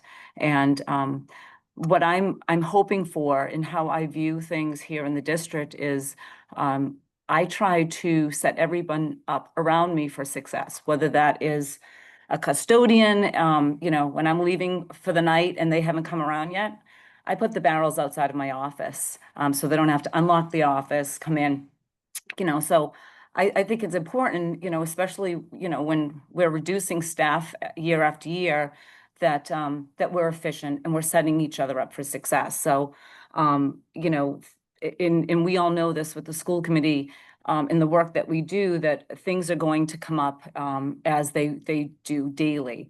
But we have lots of subcommittees and we have the school committee. I also support, the superintendent office, the assistant superintendent office, and then all senior leadership. So whether it's principals or I'm answering the phone. So there are lots of moving parts. And I think it's reasonable to look at the process and how things are being done. I pride myself on being efficient. However, if I don't, it's not setting me up for success if I'm getting things with less than 24 hours to post. Or there have been times where things come in at 10:30 at night and I'm asked to post before 8 o'clock the next morning. So yeah, I think it would be a great idea and I would really appreciate it. School committee is a volunteer position and you all have your own careers and your family. So, anything we can do to make your lives easier and me supporting you, in my life easier and making sure that the information that we have out to our constituents and the community is accurate. And so, I feel as though if we have enough time to plan and put these things together, then we're putting our best foot forward. And, I'm able to put my best work forward. When we're scrambling and doing things last minute, it can, it opens us up for mistakes. So I encourage this. I'm excited about looking at the process and seeing what we can do to improve it. So thank you for taking the time to do it. Thank you, Robin. Tim.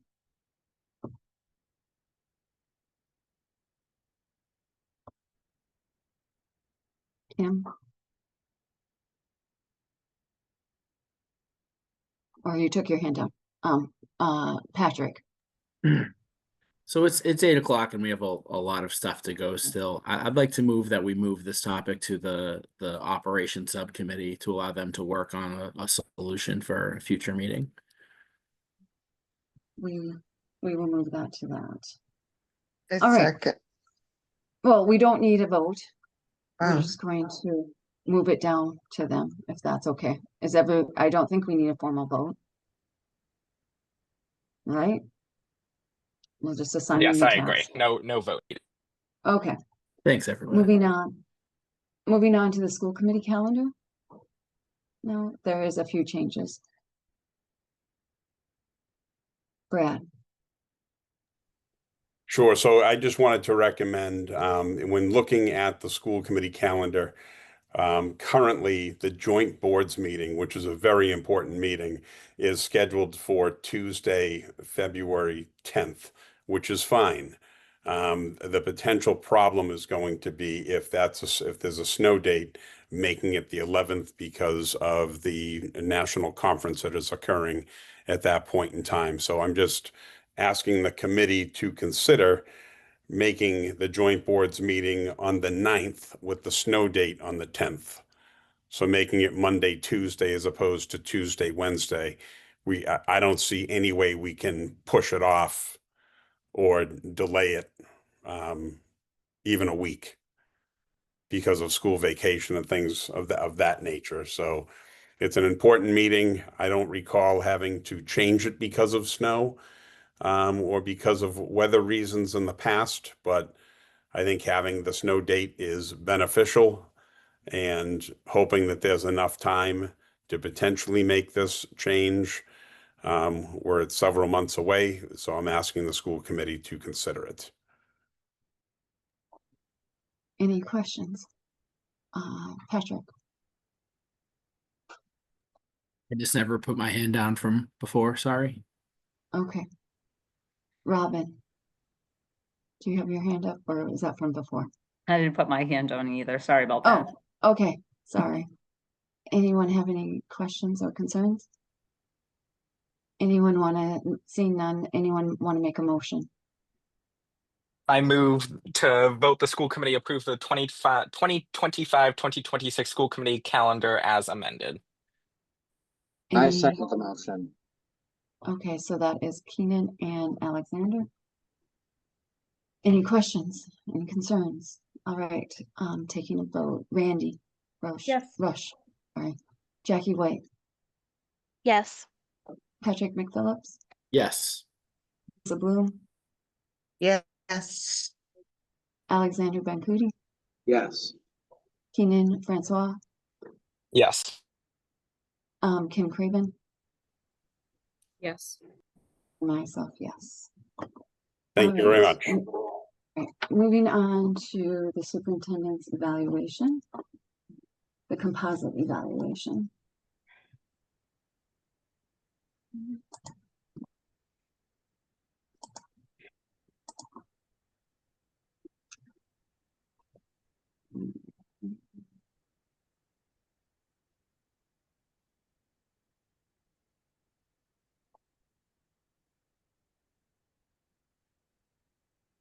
So what the school committee every year, or I guess we voted this last year to do it a 2-year cycle going forward, is tasked with creating a evaluation, a composite evaluation.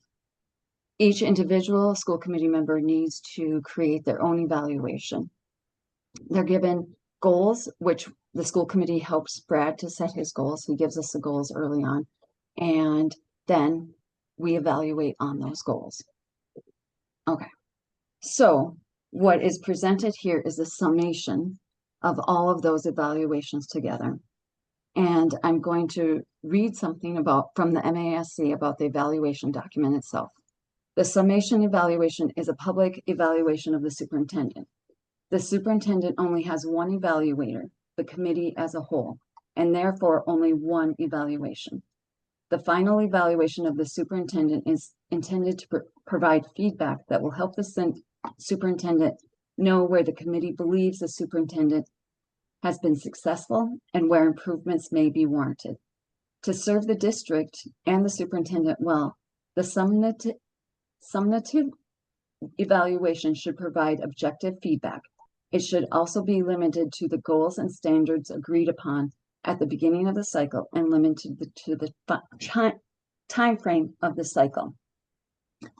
Now, there is several questions in the public about the individual reports. I did reach out to the lawyer and I'm going to, or the individual evaluations.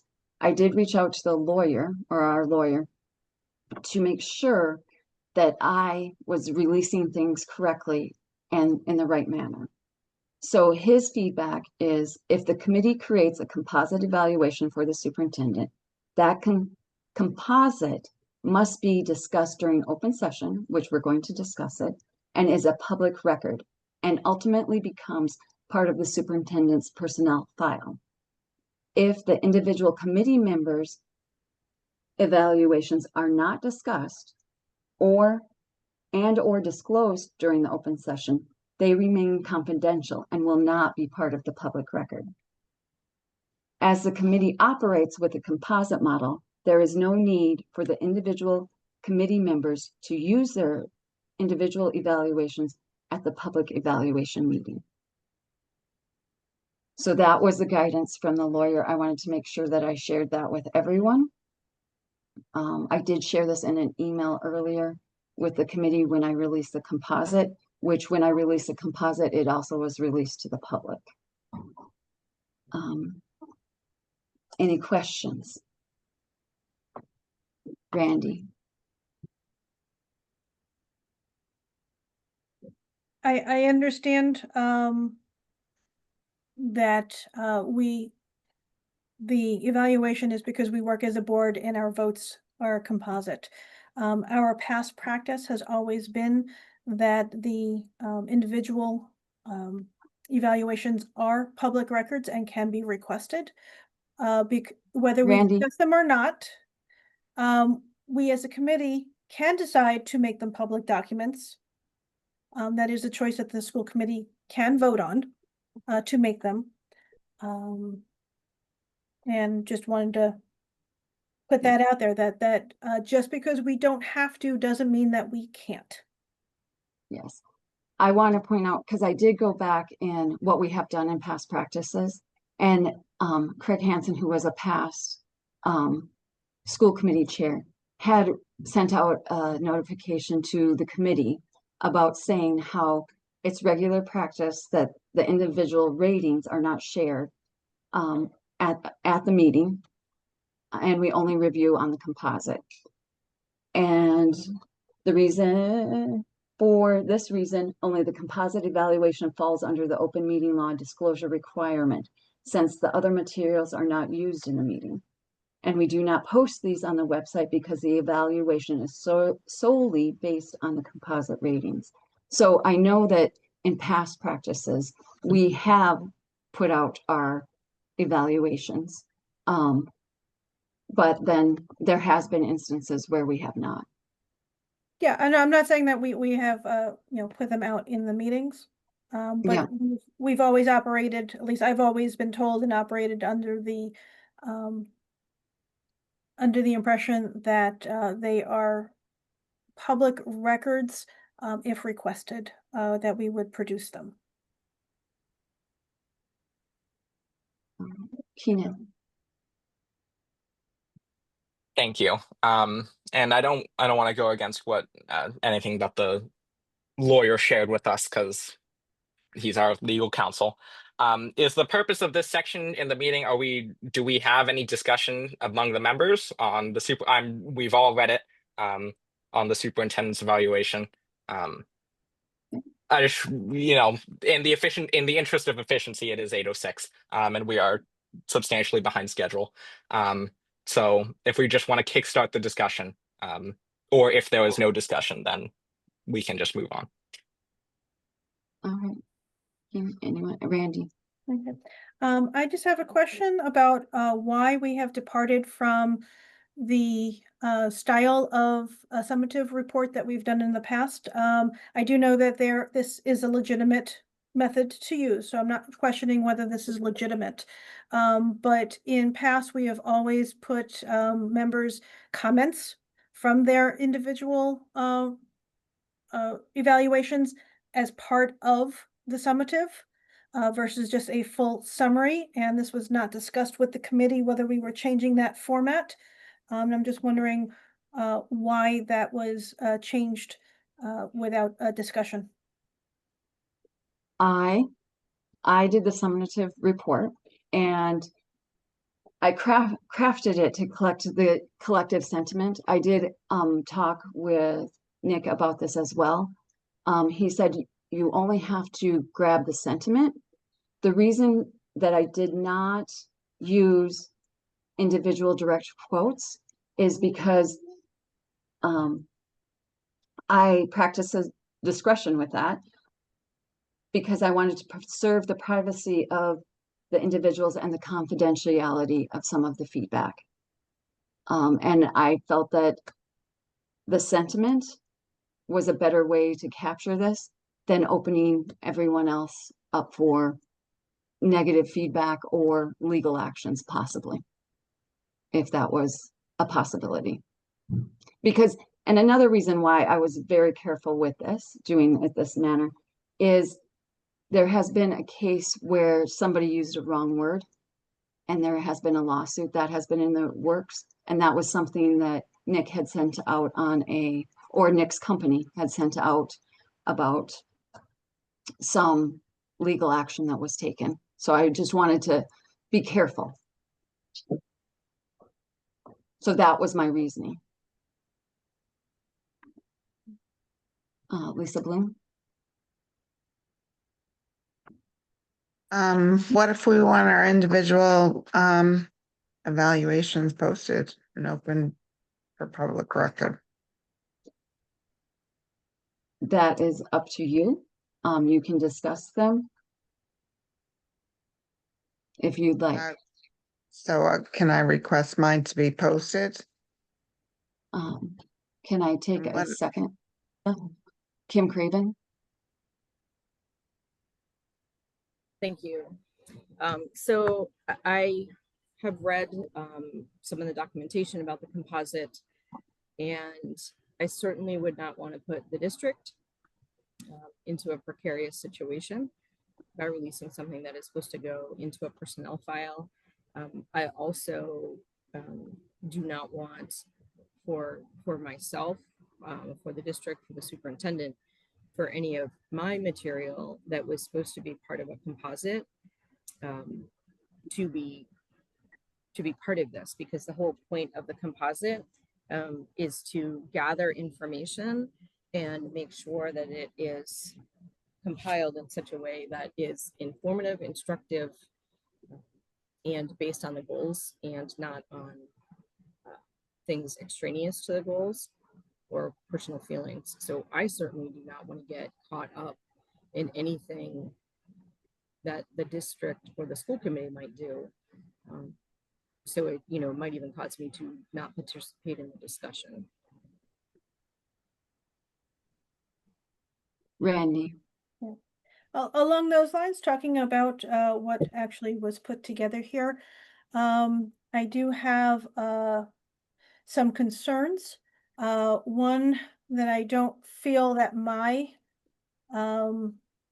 viewpoints for my places for improvement were incorporated in this. I think this document as a whole lacks a lot of details about some of the good work that Superintendent Morgan has done. As far as, let me take a look. I have a number of things that he had cited that he had done, bringing students to different leadership workshops, working with Project 211, actually doing, going to the State House and talking at the hearings and from everything from that to I guess I apologize, I don't have them at the tip of my fingers here. Just a lot of the other specifics that kind of support some of the things that he did in the district, they're not in here.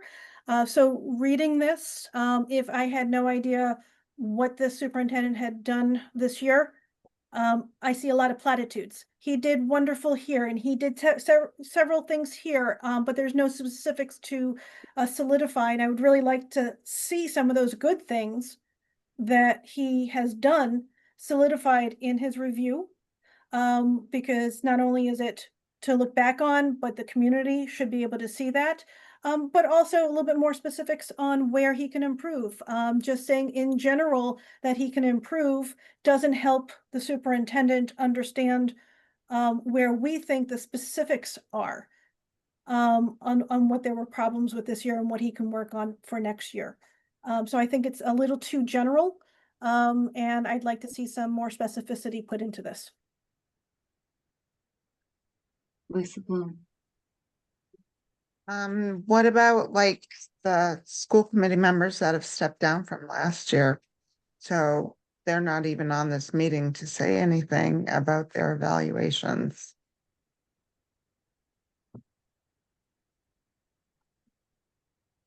They're not. That one gets tricky, and I asked guidance from Nick as well. Because they are public, they can make public comments, but since this is a voting body, and so I'm not, Randy, I'm not clear on how that works, because usually when we have done evaluations, we've done them a few different ways. We've not had like a set standard on. Well, obviously, if they're not on the committee, they can't vote. Yeah. I think Lisa Bloom was just talking about them giving their input as far as the composite, because they did give input into the composite. Personally, I wouldn't have a problem if somebody wanted to make a comment about this, because this is supposed to be representative of everybody who put in an evaluation. But I'd be willing to listen to what other members were on that point. Lisa, do you still have a question? Yeah. So if you look under the Attorney General's office, it says that are the evaluations of individual members public? And it says yes. If the individual evaluations are used in the creation of a composite document, they are considered public records. And I believe all the evaluations should be available to the public. So I am going off the guidance of the lawyer, and this was the guidance I was given by the lawyer. I'm just. Well, you can look up the Attorney General's law, the Massachusetts Attorney General's law. Unless I misheard, the lawyer specified that if the individual wants to make their own evaluation public record, or like bring it into the public, they can do so. They have every right to do so. Did I hear that correctly? If they want to use it in open discussion, in an open meeting, it becomes public record. Right. So I think, Lisa Bloom, I think your concern here is if you want your evaluation made public, I would just say it, like say your feedback in relation to the composite here, as this is the time to do so. But also the school committee members that have stepped down from last year aren't here in the meeting, and they might want theirs public. And I do want to go back and talk about what the composite is. We can add more to the composite. I can go back and look more and add more information into the composite, and we can bring it back. But say, for instance, everyone wants to bring out their evaluation. That is 9 evaluators for Brad, when by law, you're required 1 as a committee.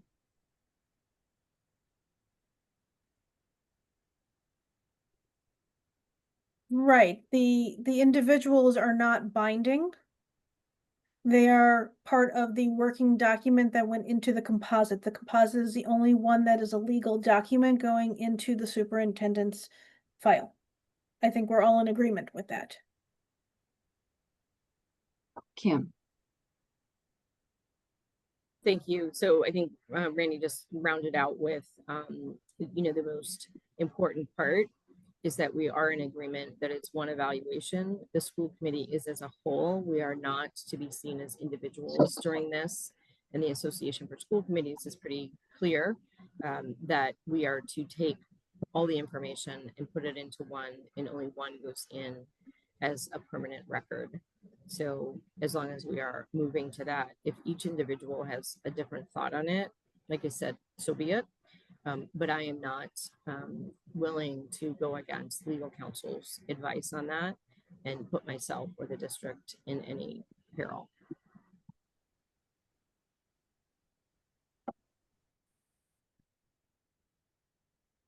anyone else?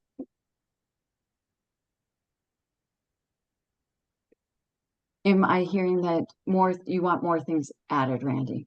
Correct? Yeah, Good, and I can go back and analyze it again. yes. Basically, what I'm asking to be put in here are the specifics.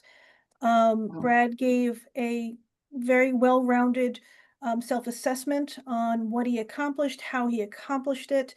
Those items should be in his evaluation. Those are the things that we tell him. You told us you did A, B, C, D, E. We agree that A, B, C, D were absolutely fantastic. You did a wonderful job on those. We want to give you the kudos. We want to give you the recognition that you did those things. And if there was areas for improvement, we can't just say, well, you have to do better with communication. That doesn't tell him anything. If there were specifics that people had for in areas of improvement, like I had areas of improvement with reaching out to the community as far as closing a building, which was in my my individual one, that's more specific. That's a specific type of communication. That's a specific area that he can work on. Just saying communication doesn't give him a lot of direction on what we're thinking that could be improved. And so I do want to point out that this is why we have a discussion in public about it, because, and we can change the document. And so that is feedback that is, and I can tell you, it's not easy to make a document for 9 to 10 people. I would say we should probably get into working with AI. It can compose all of this and bring it into one document really quick and easy these days. My father-in-law has been working on that, where you put in documents and it does a nice summary, as well as reading with the DESC. They actually suggest that somebody not on the committee does a composite if you're going to be doing the summative, like this, where you're not using specific people's comments. And having used AI some, you have to be careful in that you get it quoted correctly, and there is things of AI. Absolutely have to be review careful. it. Absolutely Yes. have to review what AI puts out, but it's a interesting way to think about going about this, because again, even the DESC suggests an outside independent person take the evaluations and create a summary of those. Yes. So, it being late, and I know that I will take the document back and create more of a substantial document, more in it. Is there any suggestions that I can take from the committee right now? I know, Randy, you want more specifics?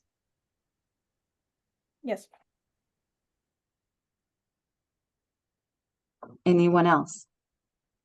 Can I just ask, so legal reviews, the cumulative, would they Legal does not review it. Legal does not review it, the cumulative one or the summation one. I just went to legal advice how to release documents. now is that something we could have them review for accuracy of the board and for We would have to pay for it, Patrick, but I mean, if that's the step that I'm sure they would do that. I don't know how I have not heard of a committee doing that, Randy. Have you, where they've had a legal team do it? No, several of the not things that- typically. I mean, legal really is kind of looking at, um, they're not gonna, they're gonna be able to say if something in there is illegal, but again, I mean, the chances are, it's, I mean, I had to look at that case that, that Lisa was referring to, but I have not heard of issues, in the past, and I have not heard of anybody using legal to review their documents. Doesn't Yeah. mean we can't, but I'm just saying I have not heard it. And like I did research on several chairs. I read the same things like Randy had mentioned about how to put this document together. I mean, we all have the document from MASC too. And their guidelines as well. Patrick, any more questions?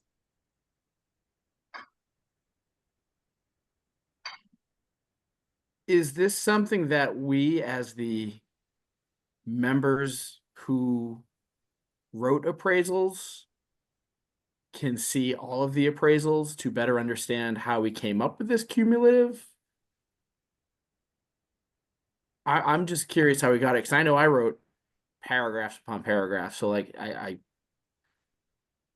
feel like, just based on how I'm leading and how I feel like what Randy and Lisa are concerned about, I'm just not sure how. I'm also trying to speak very carefully. I guess I'm just not understanding their full concern. Well, I think what they're saying, I'm hearing Randy and Lisa, that more needs to be added to the document. More like examples of all the things. So when I read about, I'm just gonna ask them, I guess, do you want more stuff in there or more of your stuff? Because if that's what it is, then it's not a cumulative anymore. I was looking for both. Mine being part of it is, there's very little cited here, even all of the wonderful things that Brad has done this year. The specifics of what he got accomplished are missing. I mean, I can pull up his self-assessment and probably find 10 examples at least of things that he did that everyone agrees are good, and they're not cited. Yeah. So that is definitely one concern, because I'm looking at this document as a whole. It's not telling anybody any specific, it's an evaluation. You're saying what they did well, not that they're a great person. Yay, great person. That does nobody anything good. You got to say why they're a great person, why they did good things.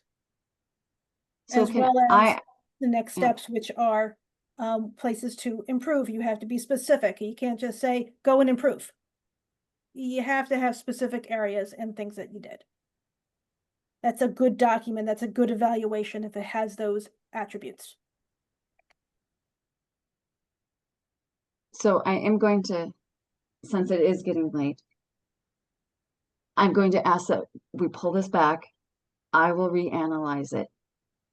Could I ask Kim to help reanalyze it to make sure that all of the things are looking correct for everyone? Because she has had, out of like the four, like there's 5 of us on this that have done the review that are on this call right now.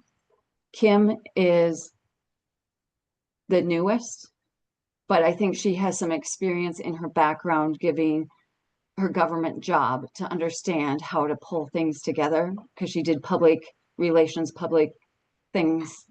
She may be the more qualified with this, if that is okay by the committee. May I ask a question? Yes, Jackie. What happens if, like you said, there are 9 evaluators on this? What happens if people disagree on what's good, what's bad? Like, where is the discussion that happens around that? In this meeting is when it has to be an open discussion on his evaluation. Okay. So we'd review the discussion. We'd review what is said in the cumulative. So I just think it would be helpful if you and Kim came back and said, here's where we see some differences. Let's discuss, right? That would, sorry to give you more work for things, Kim, but, and sorry to suggest it. I should have asked if you wanted to take that on. Public record now.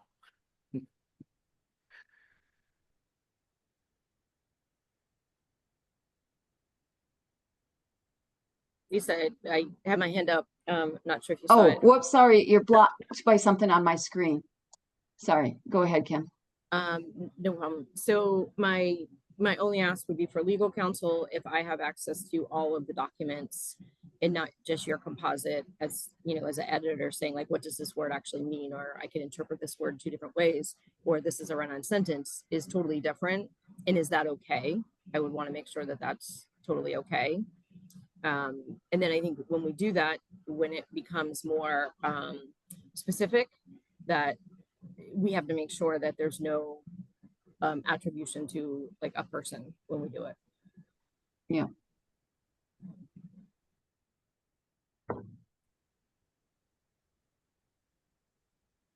Lisa Bloom. Oh, did you call me? You cut Yes, out. your hand. Yes, Lisa. Yeah, okay, so the individual evaluations have always been provided to each school committee member, which I believe they should be, so everybody, we can all see each other's. So I asked Nick about this, and those are individual basis ones that report to Brad, not to everyone. There are individual guidance. So it would be up to the individual if you want to share yours, or you know, if Jackie did it eval, if she wants to share it with the committee, but everyone has to have their own Okay, own vote and what on it. about the school committee members that have stepped down? And what if one of the school committee members that stepped down hasn't done one? Well, Jill So- Twig was the only school committee member that qualified to do one, and she chose not to do one.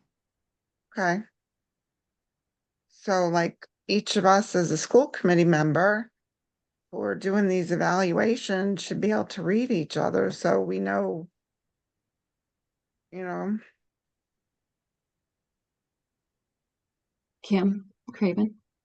Yeah, so in a composite evaluation, the focus should be on a evaluator or team as we're moving to, taking everything and put it together. It is not the purview of other committee members to dive into what others said. We run on a composite process to have one document that goes into the superintendent's file.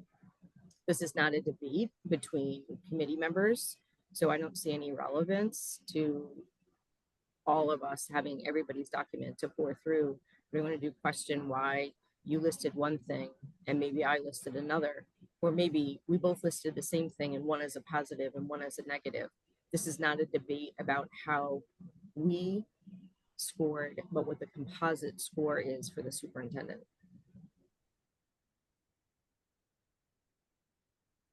Randy. Just to kind of go a little bit on what Lisa Bloom is saying, and I understand both sides of the argument that's being made here. It's hard to take a look at a composite, especially if you had a view that's not there, and you're wondering, is it because I was one of 9 that felt that way? And so the average didn't feel that way, and so it's not in the composite, which is exactly how it should be. Or was it left out on purpose or accidentally, or it was missed or something like that. So being able to see each other's evaluations kind of give you a perspective of how many people felt the same way you did, to understand why it is or is not in the document. I also understand that it can be considered deliberation. And so after the fact probably is a better way to distribute that, because I guess I was told that reading everyone's a review is almost like talking to them. So we want to be careful of that, getting it beforehand, which that's something I had never thought about or considered. But it does make it a little bit more difficult when your views are not there to understand whether you're just in the minority or it's just not, it was missed. So. And Randy, I want to go back to your point because that's where I struggled, and I wanted to make sure that we were following this process correctly with the release of documents and who gets what, because there's a lot of different things out there. And even when I talked to Nick about it, he said there are several ways, and I said, well, what's the legal way of doing this? And so he said several school committees don't do it correctly. And so I want to make sure that we're following the process legally correctly. Keenan. Yeah, and I think we've established that if you, at the end, after that we're going back and creating a new composite, more detailed composite report, and if you still are not satisfied with that composite report, or you don't feel you are accurately reflected, you're well within your rights to read your own evaluation into the public. So I don't know if we have anything other to say on this topic, but I think we can move on to our next. Yeah. All right. Anyone have any questions? All right, moving on.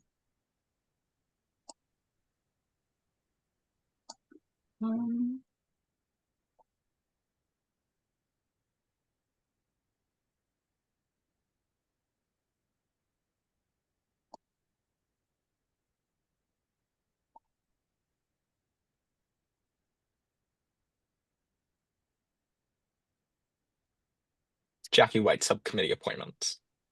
I don't know if you're looking for it. Because I was flipping to the agenda, it got off of my screen. Okay, Jackie White wants, or Jackie, can you tell us what committee you would love to be on? Sure. And just to preface this by saying, I want to go where it's most needed, right? So if there's a spot where we need to have other members step in, definitely let me know. But the policy subcommittee and the school committee operations are the two that are kind of top of mind for me. All right. Is anybody objecting, or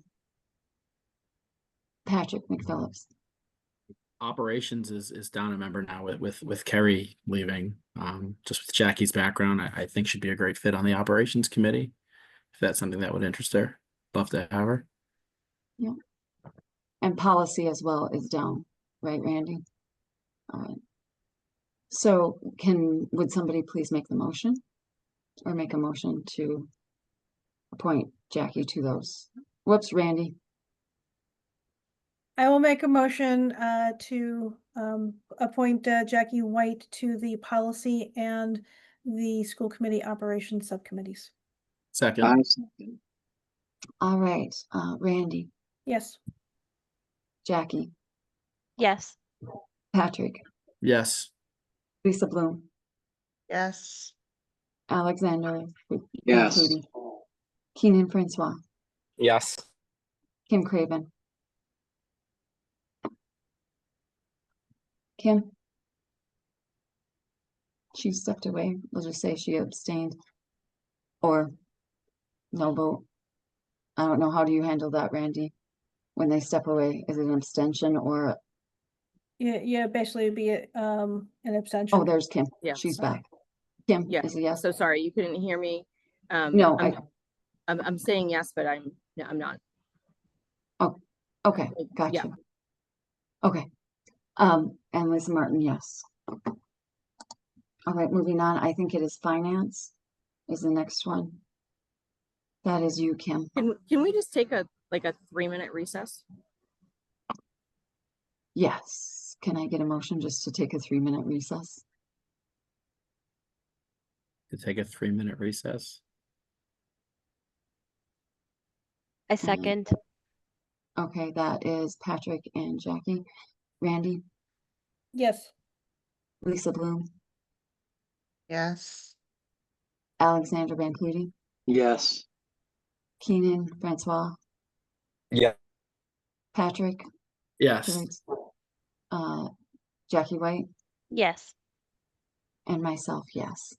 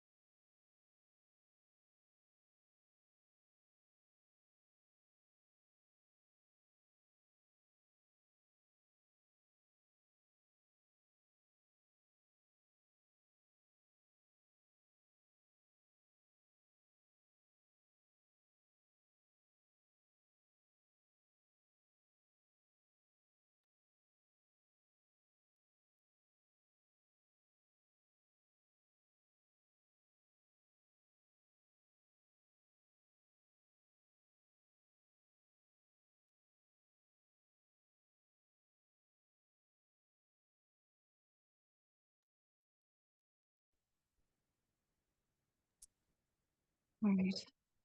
Lisa Bloom and Alexander. Alexander, are you back? Yeah, I'm here. All right. All right, coming out of recess, keep me honest, Kim and Randy, do we have to take a formal vote to come back in? Never had a recess, so I don't know. Yeah, I think you just have to reconfirm the roll call, okay, which I'll I think you were reconfirm with, doing. all right. I'm going to take a roll call that everyone has returned from recess. Keenan Francois, Yes. Patrick McPhillips, Here. Lisa Bloom, Here. Alexander Bancuti, Here. Kim Craven, Here. Randy Roush, Here. and Jackie White, Here. and myself are here. All right, going on to the subcommittee report. Kim, you have finance? Yes, thank you so much. We've had the opportunity to meet twice. We did meet on July 17th and August 11th. And a big part of the discussion of each was the FY 25 and 26 budget.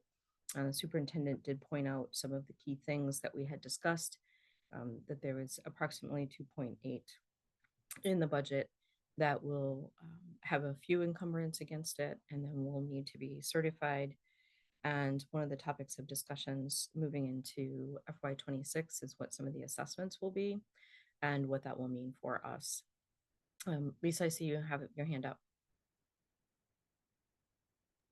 Yeah. Can you speak just a tiny bit louder? It's hard to hear you. Sure, let me try to turn my sound up a little bit too. Thank you. Thank you. Does that help a little? Okay, thanks. So looking forward to, while there was some resources left after the year, and there is some supplemental and increases in what will be reimbursed for FY 26, we just have to make sure that any assessments coming in, that we know where we're at. And along that line, if moving ahead from our July to our August, is a request for September, if possible, if not by October, to take a look at the hiring pattern and any filled, unfilled positions and where people came in at, and the effect that that might have on the FY 26 budget. Because obviously, if there was some late hires, that gives some relief. But we just need to see that once everything is set for the new year. So we've asked for that to come forward. We had discussed some of the infrastructure funding and what had come through, and I think at some point the superintendent may, give us more details on how that is going to be spent, the best strategy for that. But there was some money that came in outside of the regular budget process for some infrastructure. One of the things that we've requested, we've talked about it a little bit here, is tracking the expenses and the revenues related to activities. And that goes along with what the superintendent had said too, is, the numbers and the involvement over the years of the students. So the other that we were looking at is the community representation for the committee. And I had looked at the past job description that was there and wanted to bring it back to the committee in its totality, is that for the community representation, it was just for Ashby. And I would like to extend it so that there's representation for the finance committee from each of the communities, that they would be non-voting members, that they wouldn't be in any potential executive sessions, but that we would afford that opportunity.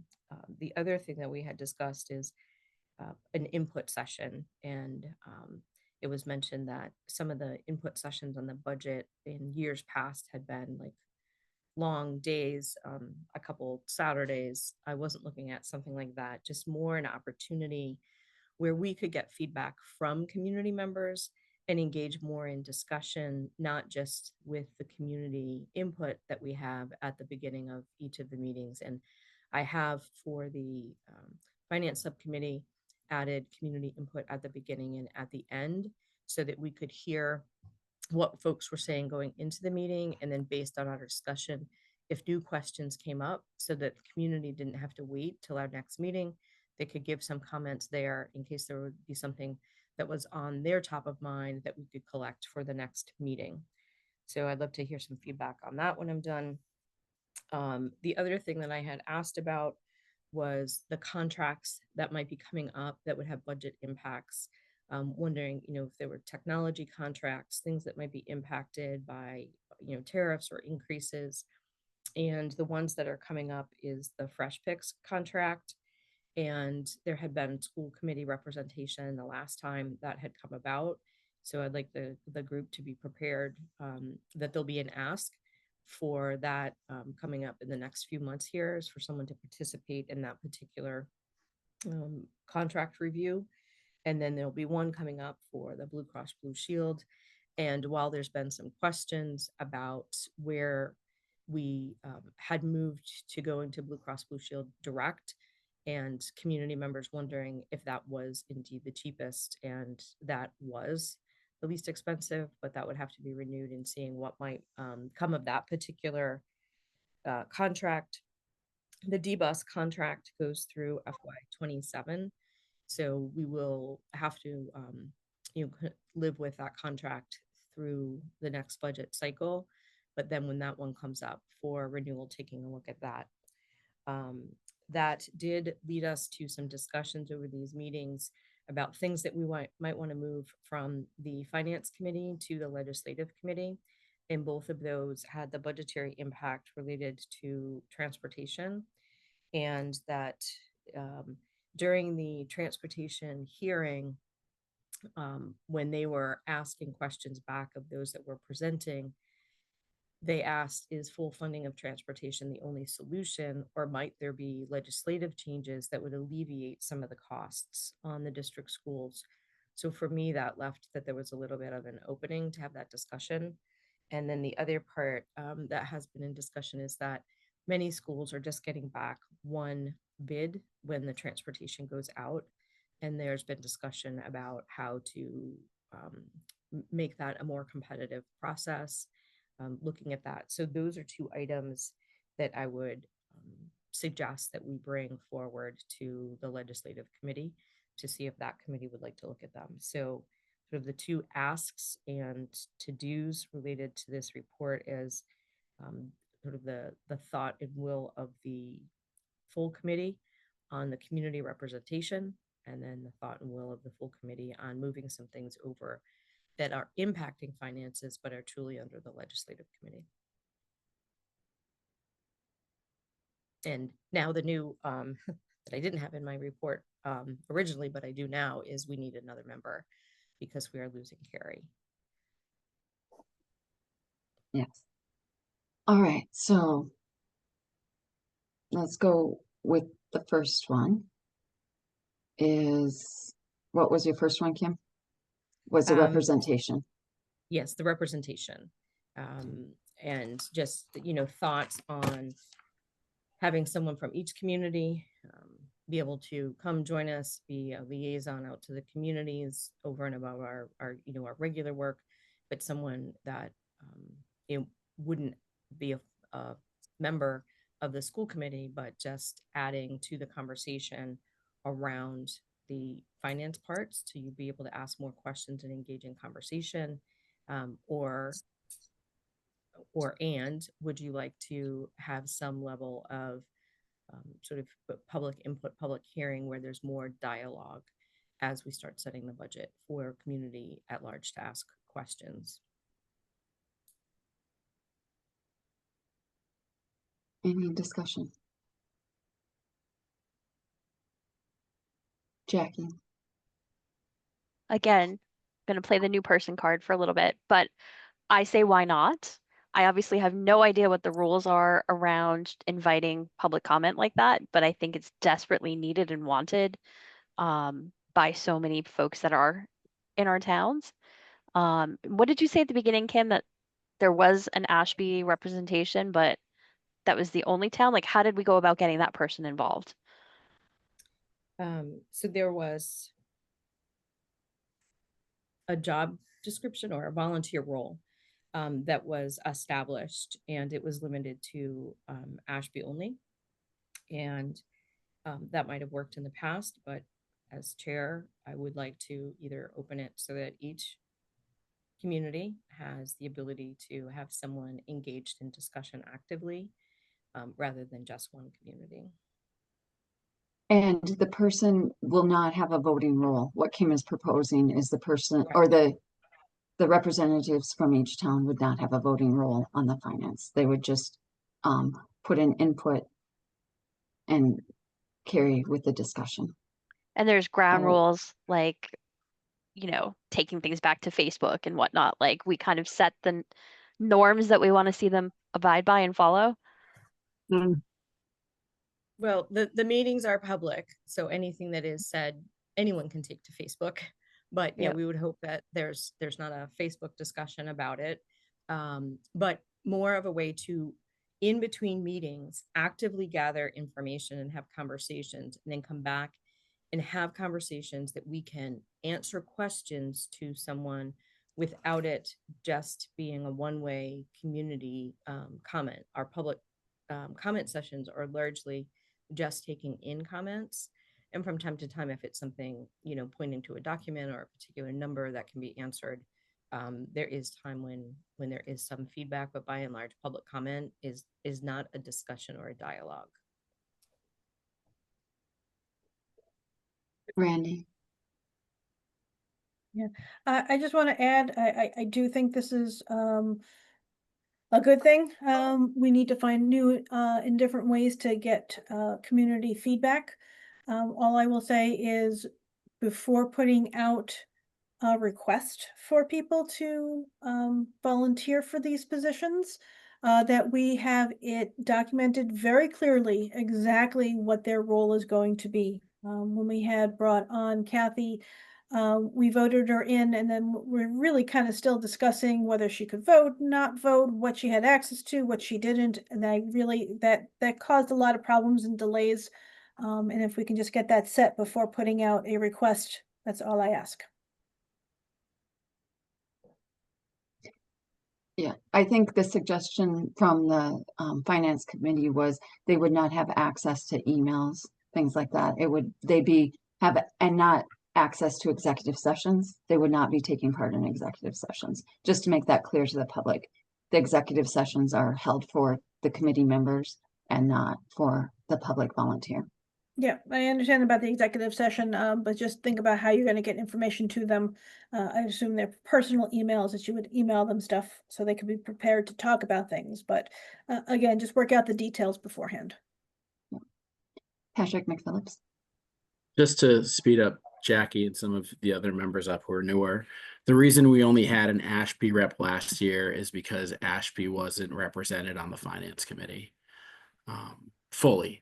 June wasn't on that committee, so we had at-large reps, but not an Ashby specific rep.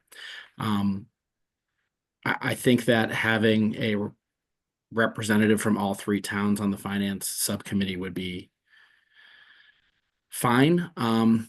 It may be beneficial if they're able to communicate and understand the information and feed it to people on Facebook. I think a lot of the questions, a lot of the community stuff that comes up is on Facebook. After my first few months, I just stopped responding to things on Facebook because, to my understanding, it was just opening us up to more issues and misinformation and just problems. So I typically respond through email now. I think a great example of somebody, and I don't know her personally, Kelly does a great job of getting information out there. So that's like an example of someone I would hope for like a example of how people on this committee could help feed information back to the towns. So yeah, I'm sorry I missed the finance subcommittee meeting. I think it's the first meeting I've missed this year. I'm on vacation this week as well, but I think it benefits the community to have the members. Randy. Sorry. So, yeah. Just with all of the discussion on Facebook, we just keep in mind Facebook does not reach all of the communities. A lot of people don't want to speak up on Facebook. It can get a lot of information out, but in sometimes what could be very small spheres that sound very loud. So I would hope that. I think a lot of the misinformation is on Facebook, though. I think a lot of the Oh, I understand that, but if we're looking to reach the community, we have to include other ways to get in touch with people other than just Facebook. That's all. Yes, there's other means of communication that is established through newsletters and different things. And I mean, watching the finance committee meeting too is a way that people stay informed. All right, Kim, you didn't need a formal vote for that. No, No. I just wanted to get everybody's input. Anybody else have any more input on it? Keenan? Yeah, I don't know if you saw that that question from Chuck Walkovich that came in. But he just asked that Kim or Nancy provide a brief overview of the final Massachusetts budget on NM. I assume he's referring to how the supplemental is affecting us. So some of that is still not been communicated. And Nancy is still on there. I don't need to speak for her. But not everything has gotten down to her, and I don't know, Nancy, if you want to weigh in on that. So we did get some additional money in Chapter 70, and I think it might have been in the finance packet two meetings back, which we could provide to the full committee. Yeah. And we did get some additional funding, but we also got some increases in our assessments. So we had a little of both. The charter and choice assessments were increased, but they do end up getting adjusted based on actuals. So I'm kind of on a look and see basis on that. For right now, though, there isn't a way to increase or decrease the assessments and increase the revenue because of those offsets. So I guess we're just continue to watch that, and I will make sure the full committee gets the final numbers so I can see that and how it relates to what we voted. Yeah. And the hope for that was that September-October timeframe, that hopefully we just know a little bit more about how that is impacting us, and combined with any offsets from the hiring or increases. Randy? Is there going to be any consideration of giving some assessments back to the towns with the extra money that we're getting in? Again, the towns are hurting right now, and we have a budget that is set. If we get extra money, especially in light of all of the E&D that we're going to have to spend money out of anyway, the sooner we can consider giving something back, I think everyone will benefit. Yeah. And I'm not opposed to that, Randy. I just don't know what that looks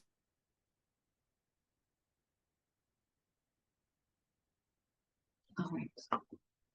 Kim, anything else? Anyone else have any questions? The only other on this was anybody wanting to have any type of public hearing? We can talk about those, Kim. Okay. Yeah. And I mean, it is a potential. We do have our big public hearing, and sometimes I know Brad has put on, what did you call them? The tours where you went to the places about the budget, things like that, where we went Yes. to the senior centers and things. They were not well attended. They were, no. Yeah. So we can, I think if you pull that back to finance, we can talk to that, Kim, more. And, okay. Maybe, yeah. And maybe the community members that join may have another avenue that they believe that could help us.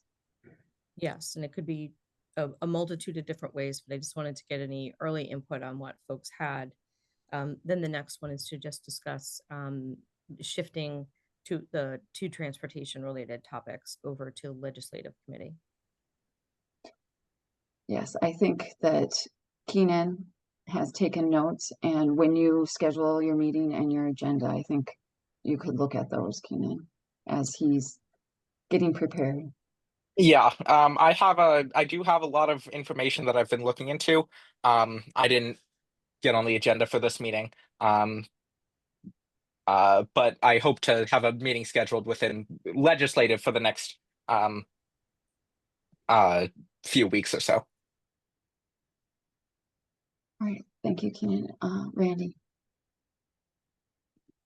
I just want to remind this body that although we had approved the Legislative Advocacy Subcommittee to be formed, a formal scope and purpose still has not been presented or voted on, as the one that I tried putting forward was turned down to be brought to the full committee. I'm still waiting to make sure that we have an understanding and a vote on the scope and the purpose of that committee.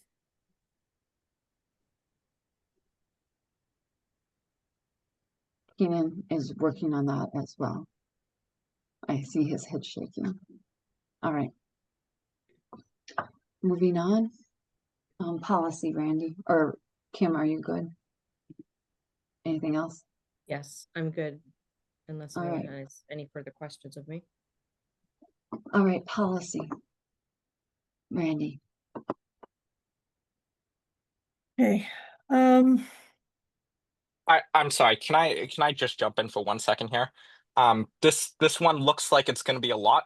Can I just propose that we pull item 4 and 5 forward and do those first, and then do policy last? You can, policy generally goes very, very quickly. A lot of the times we will take all of these at once for first reading. It it's a usually long goes vote. really fast, Keenan. Oh, okay. You'll see. You'll see here. Go ahead, Randy. So for people who are new, there are the process for a policy change is it gets brought to the school committee. We vote in what's called a first reading. And that puts the document up for review from everyone on the school committee, in the school administration and the staff, as well as the communities. It'll be up on the website, and they will have until usually at least 3 weeks, we try, or till the next meeting before we vote them again as a second reading, which would be an adoption at that point in time. Generally in the meetings here, I will go through quickly. If someone has a question specifically on a policy, I can certainly answer it. But all of the first readings I would take in one vote. I would make a motion for that. We have a couple of policies to rescind. That would be a different vote.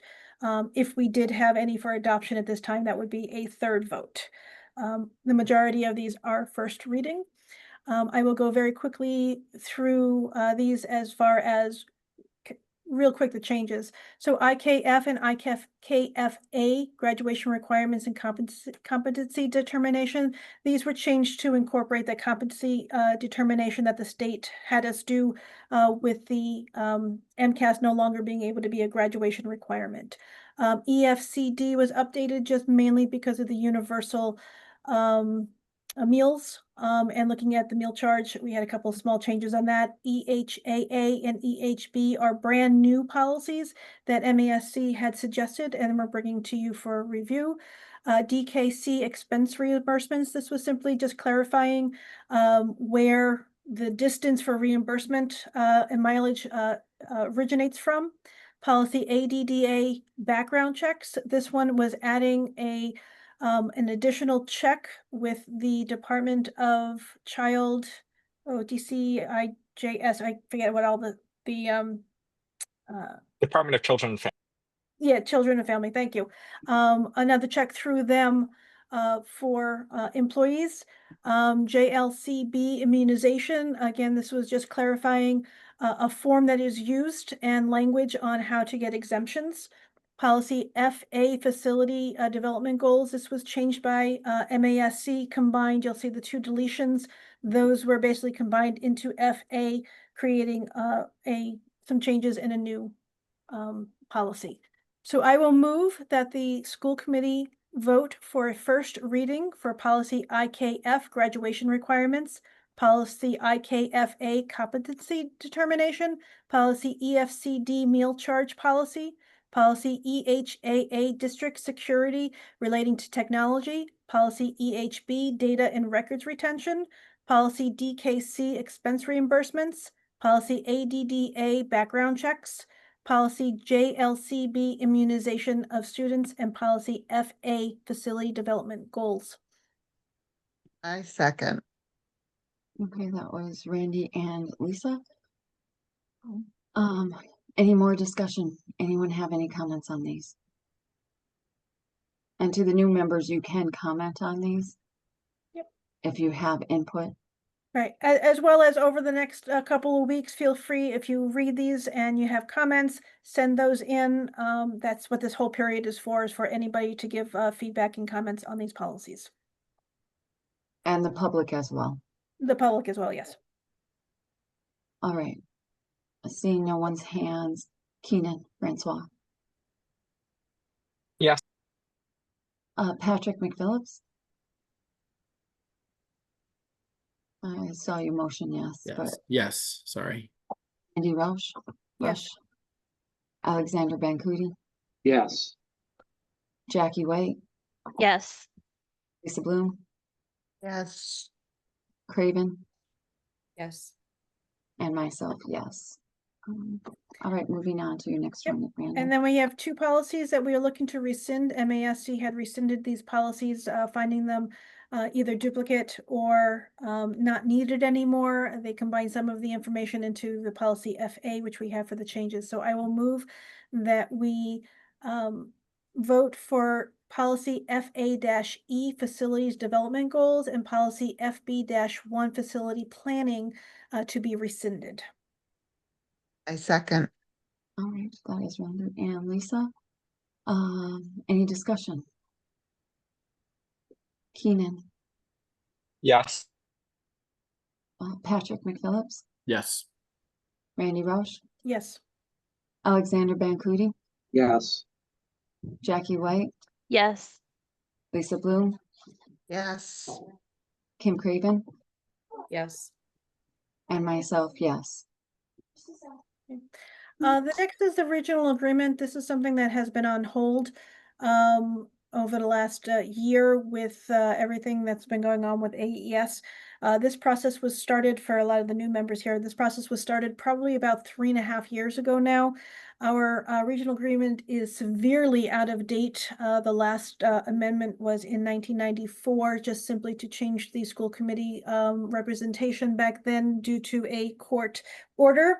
And before that, any of the substance within the agreement was from 1971 or 2, I think. So we definitely were operating the majority of the agreement on current laws, just taking a precedent over what was in the original agreement. We went about this. We had community groups get together. The attorneys updated a lot of the legal language that we needed in there and the laws. There were a couple of areas that we have control over that are not specifically dictated. A couple of the small changes that we made were a rolling average for the October 1 enrollments in order to do assessments for capital projects versus just the October 1. And trying to take a look at district-wide programs and central office in buildings on how to utilize those to, again, for capital project or capital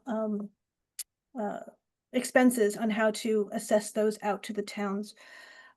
We were also at the time told that we no longer meet one person, one vote. At that time, we had voted on a configuration of going from what we have now to 4 members from Pepperell, 3 from Townsend, 1 from Ashby, and 1 at-large member.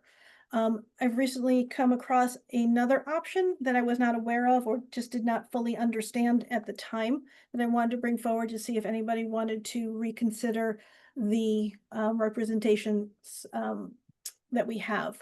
So what I'm proposing, I did send out a document on it. There was an error that I had on that document, so I'm not sure if it got updated in the packet. I am not looking for 4 members from Pepperell, 3 from Townsend, and another 2 from Pepperell. That should have been 2 from Ashby, so I apologize for that typo. But being that we would have all of those members, basically at-large members with town residency requirements. This way we don't have just one at-large. Everyone will vote in all the members. We will have to have 4 from Pepperell, 3 from Townsend, 2 from Ashby. They'll be split up 3, 3, and 3, like we have the elections now. And one other option that we'll have to discuss and see if it's possible with the towns is going to all at-large members also allows us to be able to move the elections from the April elections on the town cycle to the November elections, which are on the state cycle. Thus moving new members not coming in the middle of budget season. So again, I throw these out there for discussion, thought. We don't have to have a vote tonight. You can certainly just have a discussion now and then think on it and come back at the next meeting and decide if we want to propose something different to the DESE. So I open it up for questions. Okay, before we move on, I want to say we do not have an Ashby representative on the call. And so I don't know if we hold the discussion until we have somebody representing Ashby. I think we can certainly start the conversation and just not vote tonight. And fill them in on the conversations that we had, and we'll have more conversations before we vote at another meeting. Okay. Randy, I do have a question. Did this pass through legal? Yes, did legal I look have at been, this? I have been working with legal on this. And this is an option that is provided by the state that we're allowed to do. I'd have to go back to my email to quote the exact MGL line that gives us this option. So I'm gonna go first with a concern that I have about doing an all at large, because that would be meaning that members, Pepperell could vote for everyone across the board, correct? They can Yes, vote for the Ashby. everyone will vote for all members. So what could potentially happen is they may not know the Ashby resident and they could write in another candidate or another candidate from Ashby. So Pepperell and Townsend could do this and knock off one of their members that really wants to be on the board. That is a concern of mine. The other concern is blind voting, which I call it blind voting, is when people go in and they have not researched who to be on the committee. That is a concern of mine. And I think it actually takes away from Ashby in that you're handing power to Pepperell and Townsend to decide who technically represents them. So that's my concern about this approach. I don't know what everyone else has or thinks. Anyway, Kim. So when you look at regionalization, there's different policies and practices in general that you can look at for representation and how representation is done. I'm definitely not in favor of this from a voting perspective. Quite honestly, I don't want to be taking the time to research the members from Ashby or Pepperell as a Townsend voter and then weighing in on my thoughts for their community members. If there's other questions coming out about representation and there's a reason why that I'm not understanding, I think we go on that discussion. But I'm just not in favor of one community having the vote power to unseat somebody that their own community really wants. That to me seems more unbalanced than different numbers of members on the committee. So if we are trying to address representation, I'd like to take a look at other models. And my question would be, how many other regional school districts have all at-large members versus ones that don't? I don't know how many. I do know I spoke with Blackstone Millville, and they do have the at-large members. They actually have a population of 75% in one of the towns, 25% in the other towns, but they each have I think it's 4 members from each town voted in as at-large members in that community. But not all members are at large. Yes, all of them. They Okay. have 8 members on their committee, 4 from Blackstone, 4 from Millville, all voted as at-large members, just town residency requirements. Keenan. Thank you for answering that. Yep, like I said, I know there's others and there's different models. I don't know how many others do it that way. Keenan. Sorry. I think I concur with you and Kim on this one. I don't think this is necessarily the wisest idea. And something that hasn't been brought up yet is, say we were to go with this all at-large model and then we were to move to the November cycle. You would on paper see a vast increase in turnout on proper years, so on midterm years and on presidential years. But then you have the off year, because these are 3-year terms, and you're probably going to see a substantial lack of voter participation there. In addition to, when you have national and state candidates on the ballot, people aren't just simply not going to pay attention to the local voter or to the local representative. I think that's proven fact at this point.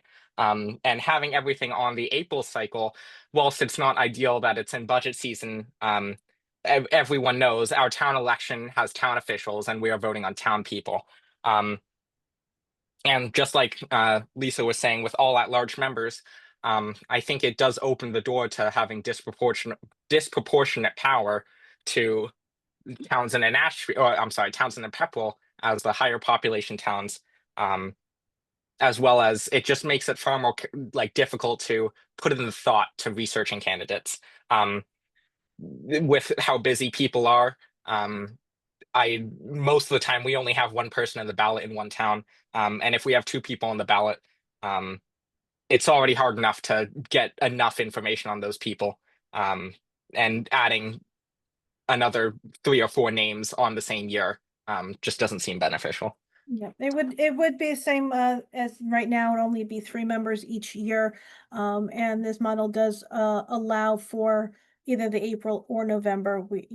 But I hear you on moving it to the November and worrying about it just kind of getting buried with state and federal elections there.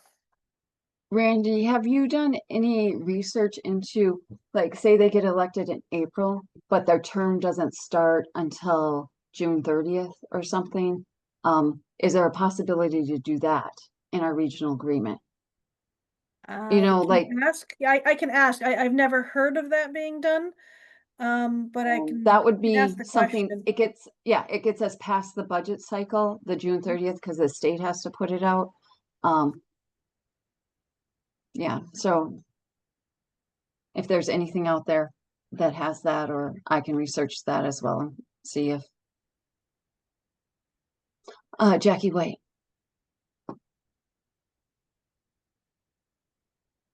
Whoops, Jackie, you're on mute. Sorry. Randy, can you go over, maybe you mentioned this again, but the benefit of moving to this structure? The benefit is basically just trying to get a different an extra person from Ashby for representation is one of the benefits.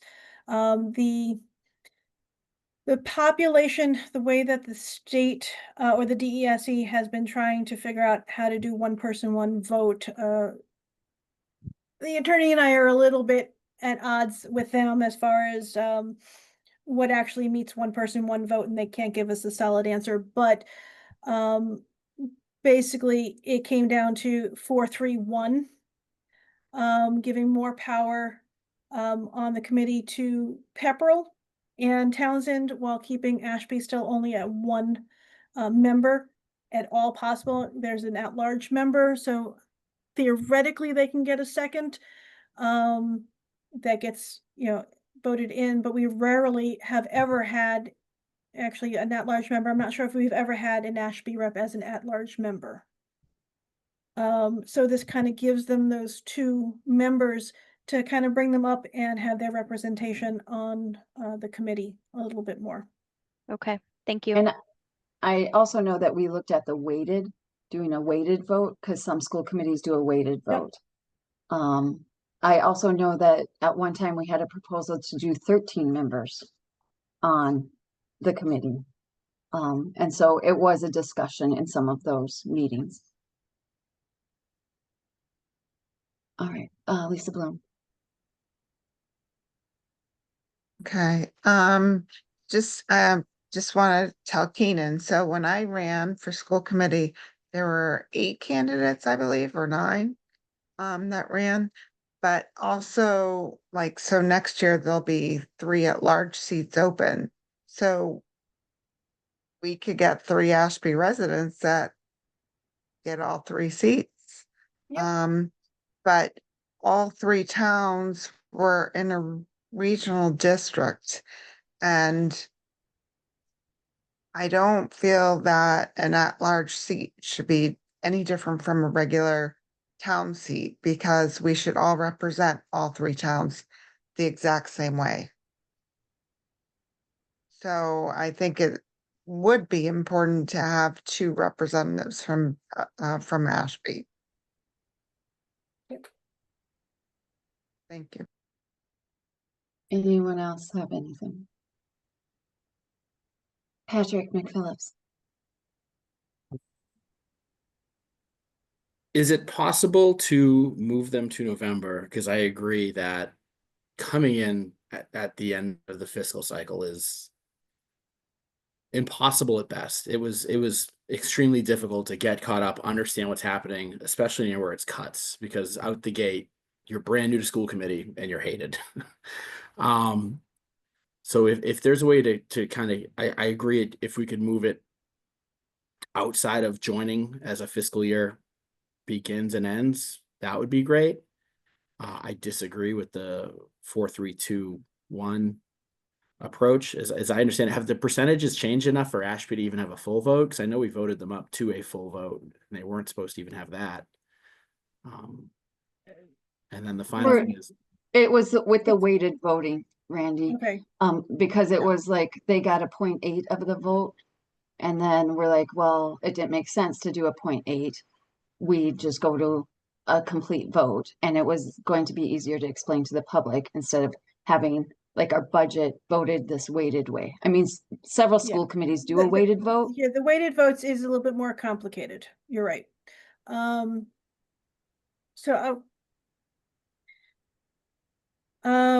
So right now, the model that we have that was voted on is a 4-3, 4 from Pepperell, 3 from Townsend, 1 from Ashby, and 1 at-large member is what is currently in the regional agreement that I'm still going back and forth with DESE with to get finalized. I can certainly bring back to the next meeting. I will try and do some research and see if anybody, who has November elections, and maybe talk to those school committees and see about pros and cons. I can try and reach out and see about having a start date after the election to get it out of that cycle, and whether that's even possible. And then we can discuss some of that. But I appreciate the feedback, and I will try and bring more information at the next meeting. I have one follow-on question. If this is the time or place to discuss it, would be term limits. Because like Lisa said, there's a lot of people that tend to run. I just don't know if term limits, I think like 6 years on and then a term off kind of keeps the board fresh and keeps people focused on the schools and less on the politics. Yeah, and I would say that a lot of the most stable school committees in the Commonwealth have members that have been on for 15+ years. I was talking with Marlborough chair, and their youngest member is on for 12 years right now. Okay. And they have a very very effective, very strong school committee there.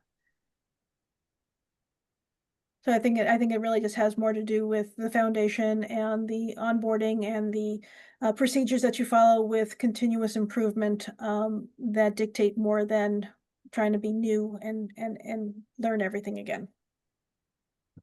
And also, it's up to the towns to elect everybody, and if they feel somebody's been on for too long, or they're too political, then the towns have the right to vote them out. Randy, before we move on, one question. Has this been vetted through the towns, or have town administrators looked at No, this, I or have not towns? yet. I wanted to see if there was an Okay. appetite and what the questions from the school committee were, and then I was gonna reach out to the towns and see how they felt. All right. Moving, are we done with that discussion? That's all. I think we'll move on to the next one. It's with the operations and appointing a chairperson for the operations committee. The suggested, I am going to suggest that Patrick McPhillips be appointed as the chairperson to the subcommittee for the operations. And my feeling is that being a new committee, we need to establish some other people besides myself and Randy to run chairs, work with Robin, administrators, trying to figure out how to set agendas or information that they can pull from each other. So that's why I'm requesting that Patrick McPhillips be the chair of this. Any input from committee before we take a motion?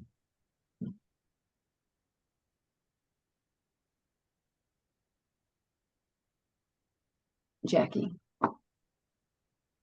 So I'm just learning how this whole subcommittee thing works too, right? My only perspective on this is just coming in knowing that Randy's put a significant amount of work and time into kind of thinking this through and getting it off the ground. So, I'm just mindful of that too. So that's my only consideration. Thank you, Jackie. Anyone else? Lisa Bloom. Yes, I agree with Jackie. I believe Randy should be nominated. Thank you. Anyone else? Kim. Thank you. I would like to see Patrick chair it. I think that there's a lot of opportunity here for Randy as a senior member to be more of a mentor rather than the leader. And that if we don't start to utilize the opportunities to grow members, we are going to be stuck always relying on members that have been around for a longer amount of time. And while I think there's great validity into past practice and past thoughts, as a member, she would be able to share that information. But having Patrick lead it for me gives a new lens and a new perspective on how to move forward, how to get things going. And so I would like the opportunity to utilize the past experiences in a way to help other members get leadership roles as well. Patrick. I just want to say I thought we had a great first meeting. I do appreciate Randy's passion on this topic and her knowledge as being a subcommittee chair and chair before. So I do appreciate working with her on this. So regardless of how the votes end, I plan on continuing to work on this committee with her. I think that it would be good to help develop other candidates or other committee members and develop us for down the road. But I'll leave that up to you guys. Thank you. All right. Anyone else have anything? Yeah, Keenan? and just I had a quick question. And right now, policy committee, she is chair of policy. Yes. Yes. Yep. She's chair of policy. Keenan? I guess I have the opposite question. Is Patrick, are you currently chairing anything? No, I am on the finance subcommittee. I've not chaired anything. Okay. Any other questions or concerns?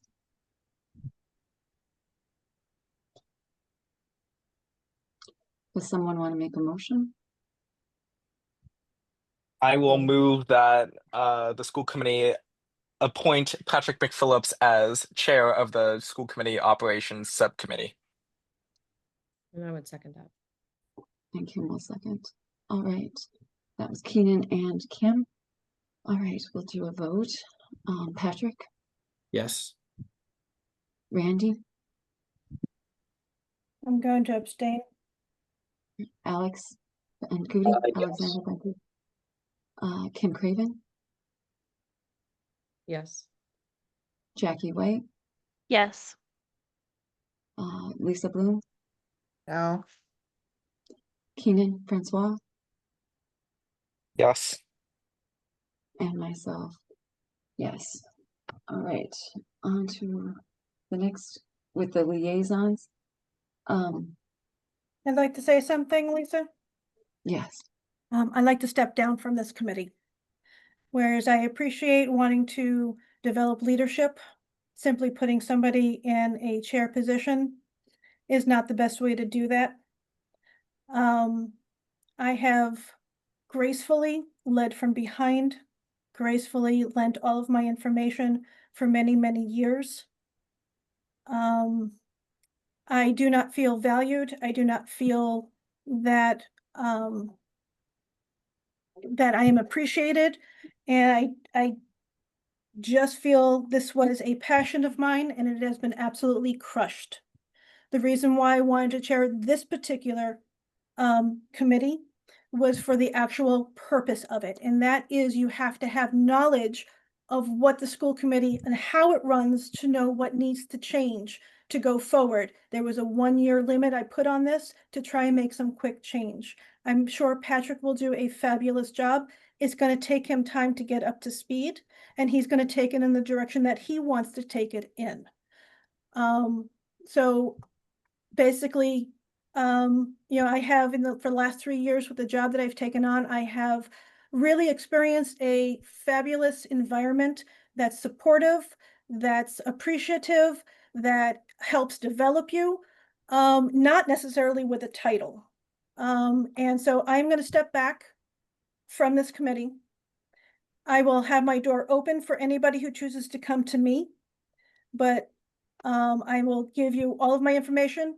I will give you resources, anything I can help you with, but I'm tired of trying to push out the information to everybody and get shot down and get sidelined. So I'm turning the tables. If you need anything from me, I will stay on this committee. I will do my duty. I will try and make it as best as I possibly can, but you're going to have to come to me for that information. Thank you.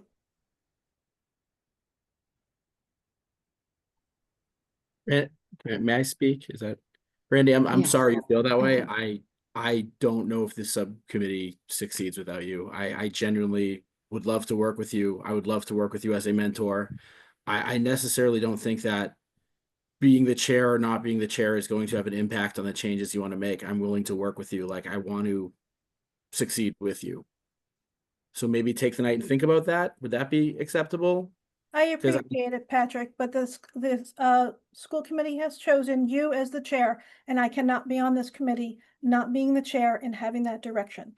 I was gonna more than willing and actually was in my plans to be developing you and Carrie when she was on here, or whoever, Jackie now that was gonna be on here, and give you leadership roles to take this. But this was a last straw, and I am done right now. I will keep the policy. And I will be a good member and I will attend and I will review everything and I will give my opinion. But I can't be on the committee. sorry you feel that way. Kim, Thank you, Madam Chair. So I think there's perspective here. And my comments are not about not appreciating your knowledge or your passion. I can tell you firsthand, the committee that I would have wanted to be on was not necessarily finance and certainly not chairing it. I would have liked to have been on operations or policy, but only so many people can be in so many places. And so when I see a committee member say, unless I can have this role, I don't want to engage. is very unsettling, because chairing the committee allows somebody to learn new skills. It is a different process. There's things that we have to learn as we go. And if someone doesn't have that opportunity, it doesn't mean that they have a greater voice. It doesn't mean that they have greater knowledge. It doesn't mean that they have all the capacity. What it means is that person is having a different level of contribution to the committee. And the more that we can learn and grow in different roles, and sometimes roles that we don't necessarily want, we are doing that for the good of the order and not the good of ourselves. So, I would love to be in policy. I would love to be in operations, but there were other people. And quite honestly, Randy, you had more skills in operation when it comes to school committee. And so when we were setting these, I didn't ask for that, because I felt like your background was appropriate for that committee. But giving someone the chair does not diminish your contributions or your knowledge. It is giving someone else the active opportunity to lead. And I would hope that all of us sit back and want to contribute in every way, whether it's the exact way that we envisioned or not. And I'm really sorry that you have hurt feelings, because I don't think that is the intention of anyone.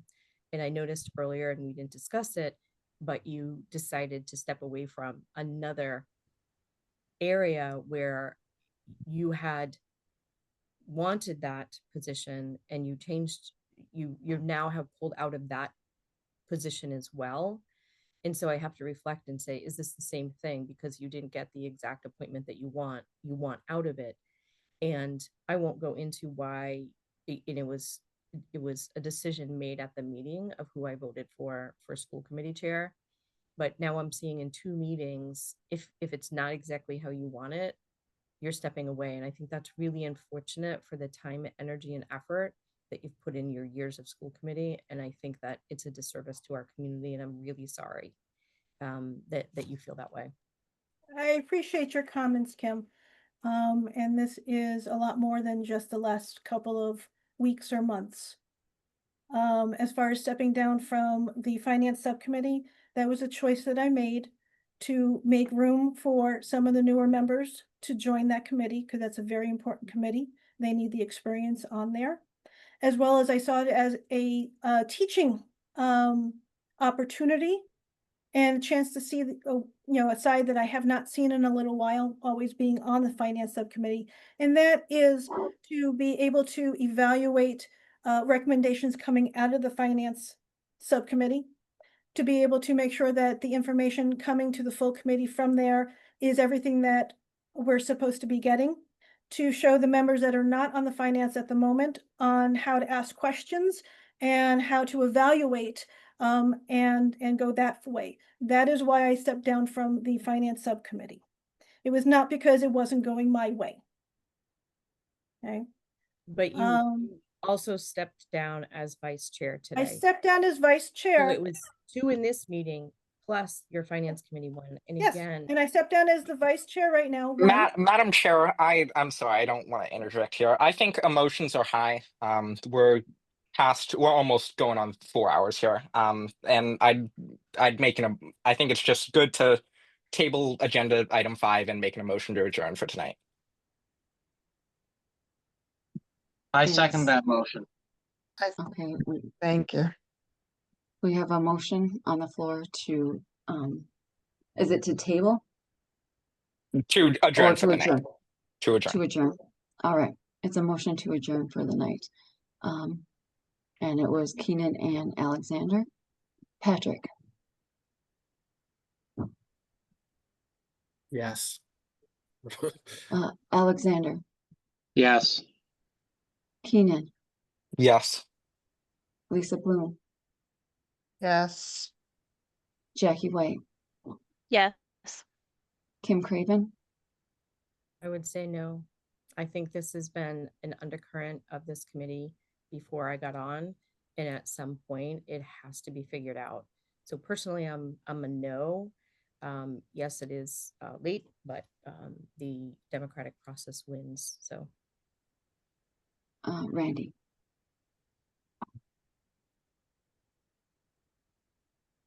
It doesn't really make it. I'll abstain. We'll adjourn the meeting. I will adjourn as well. Or yes, we'll adjourn. We'll come back to another meeting. All right. Good night, everyone. Thank you. Thank you.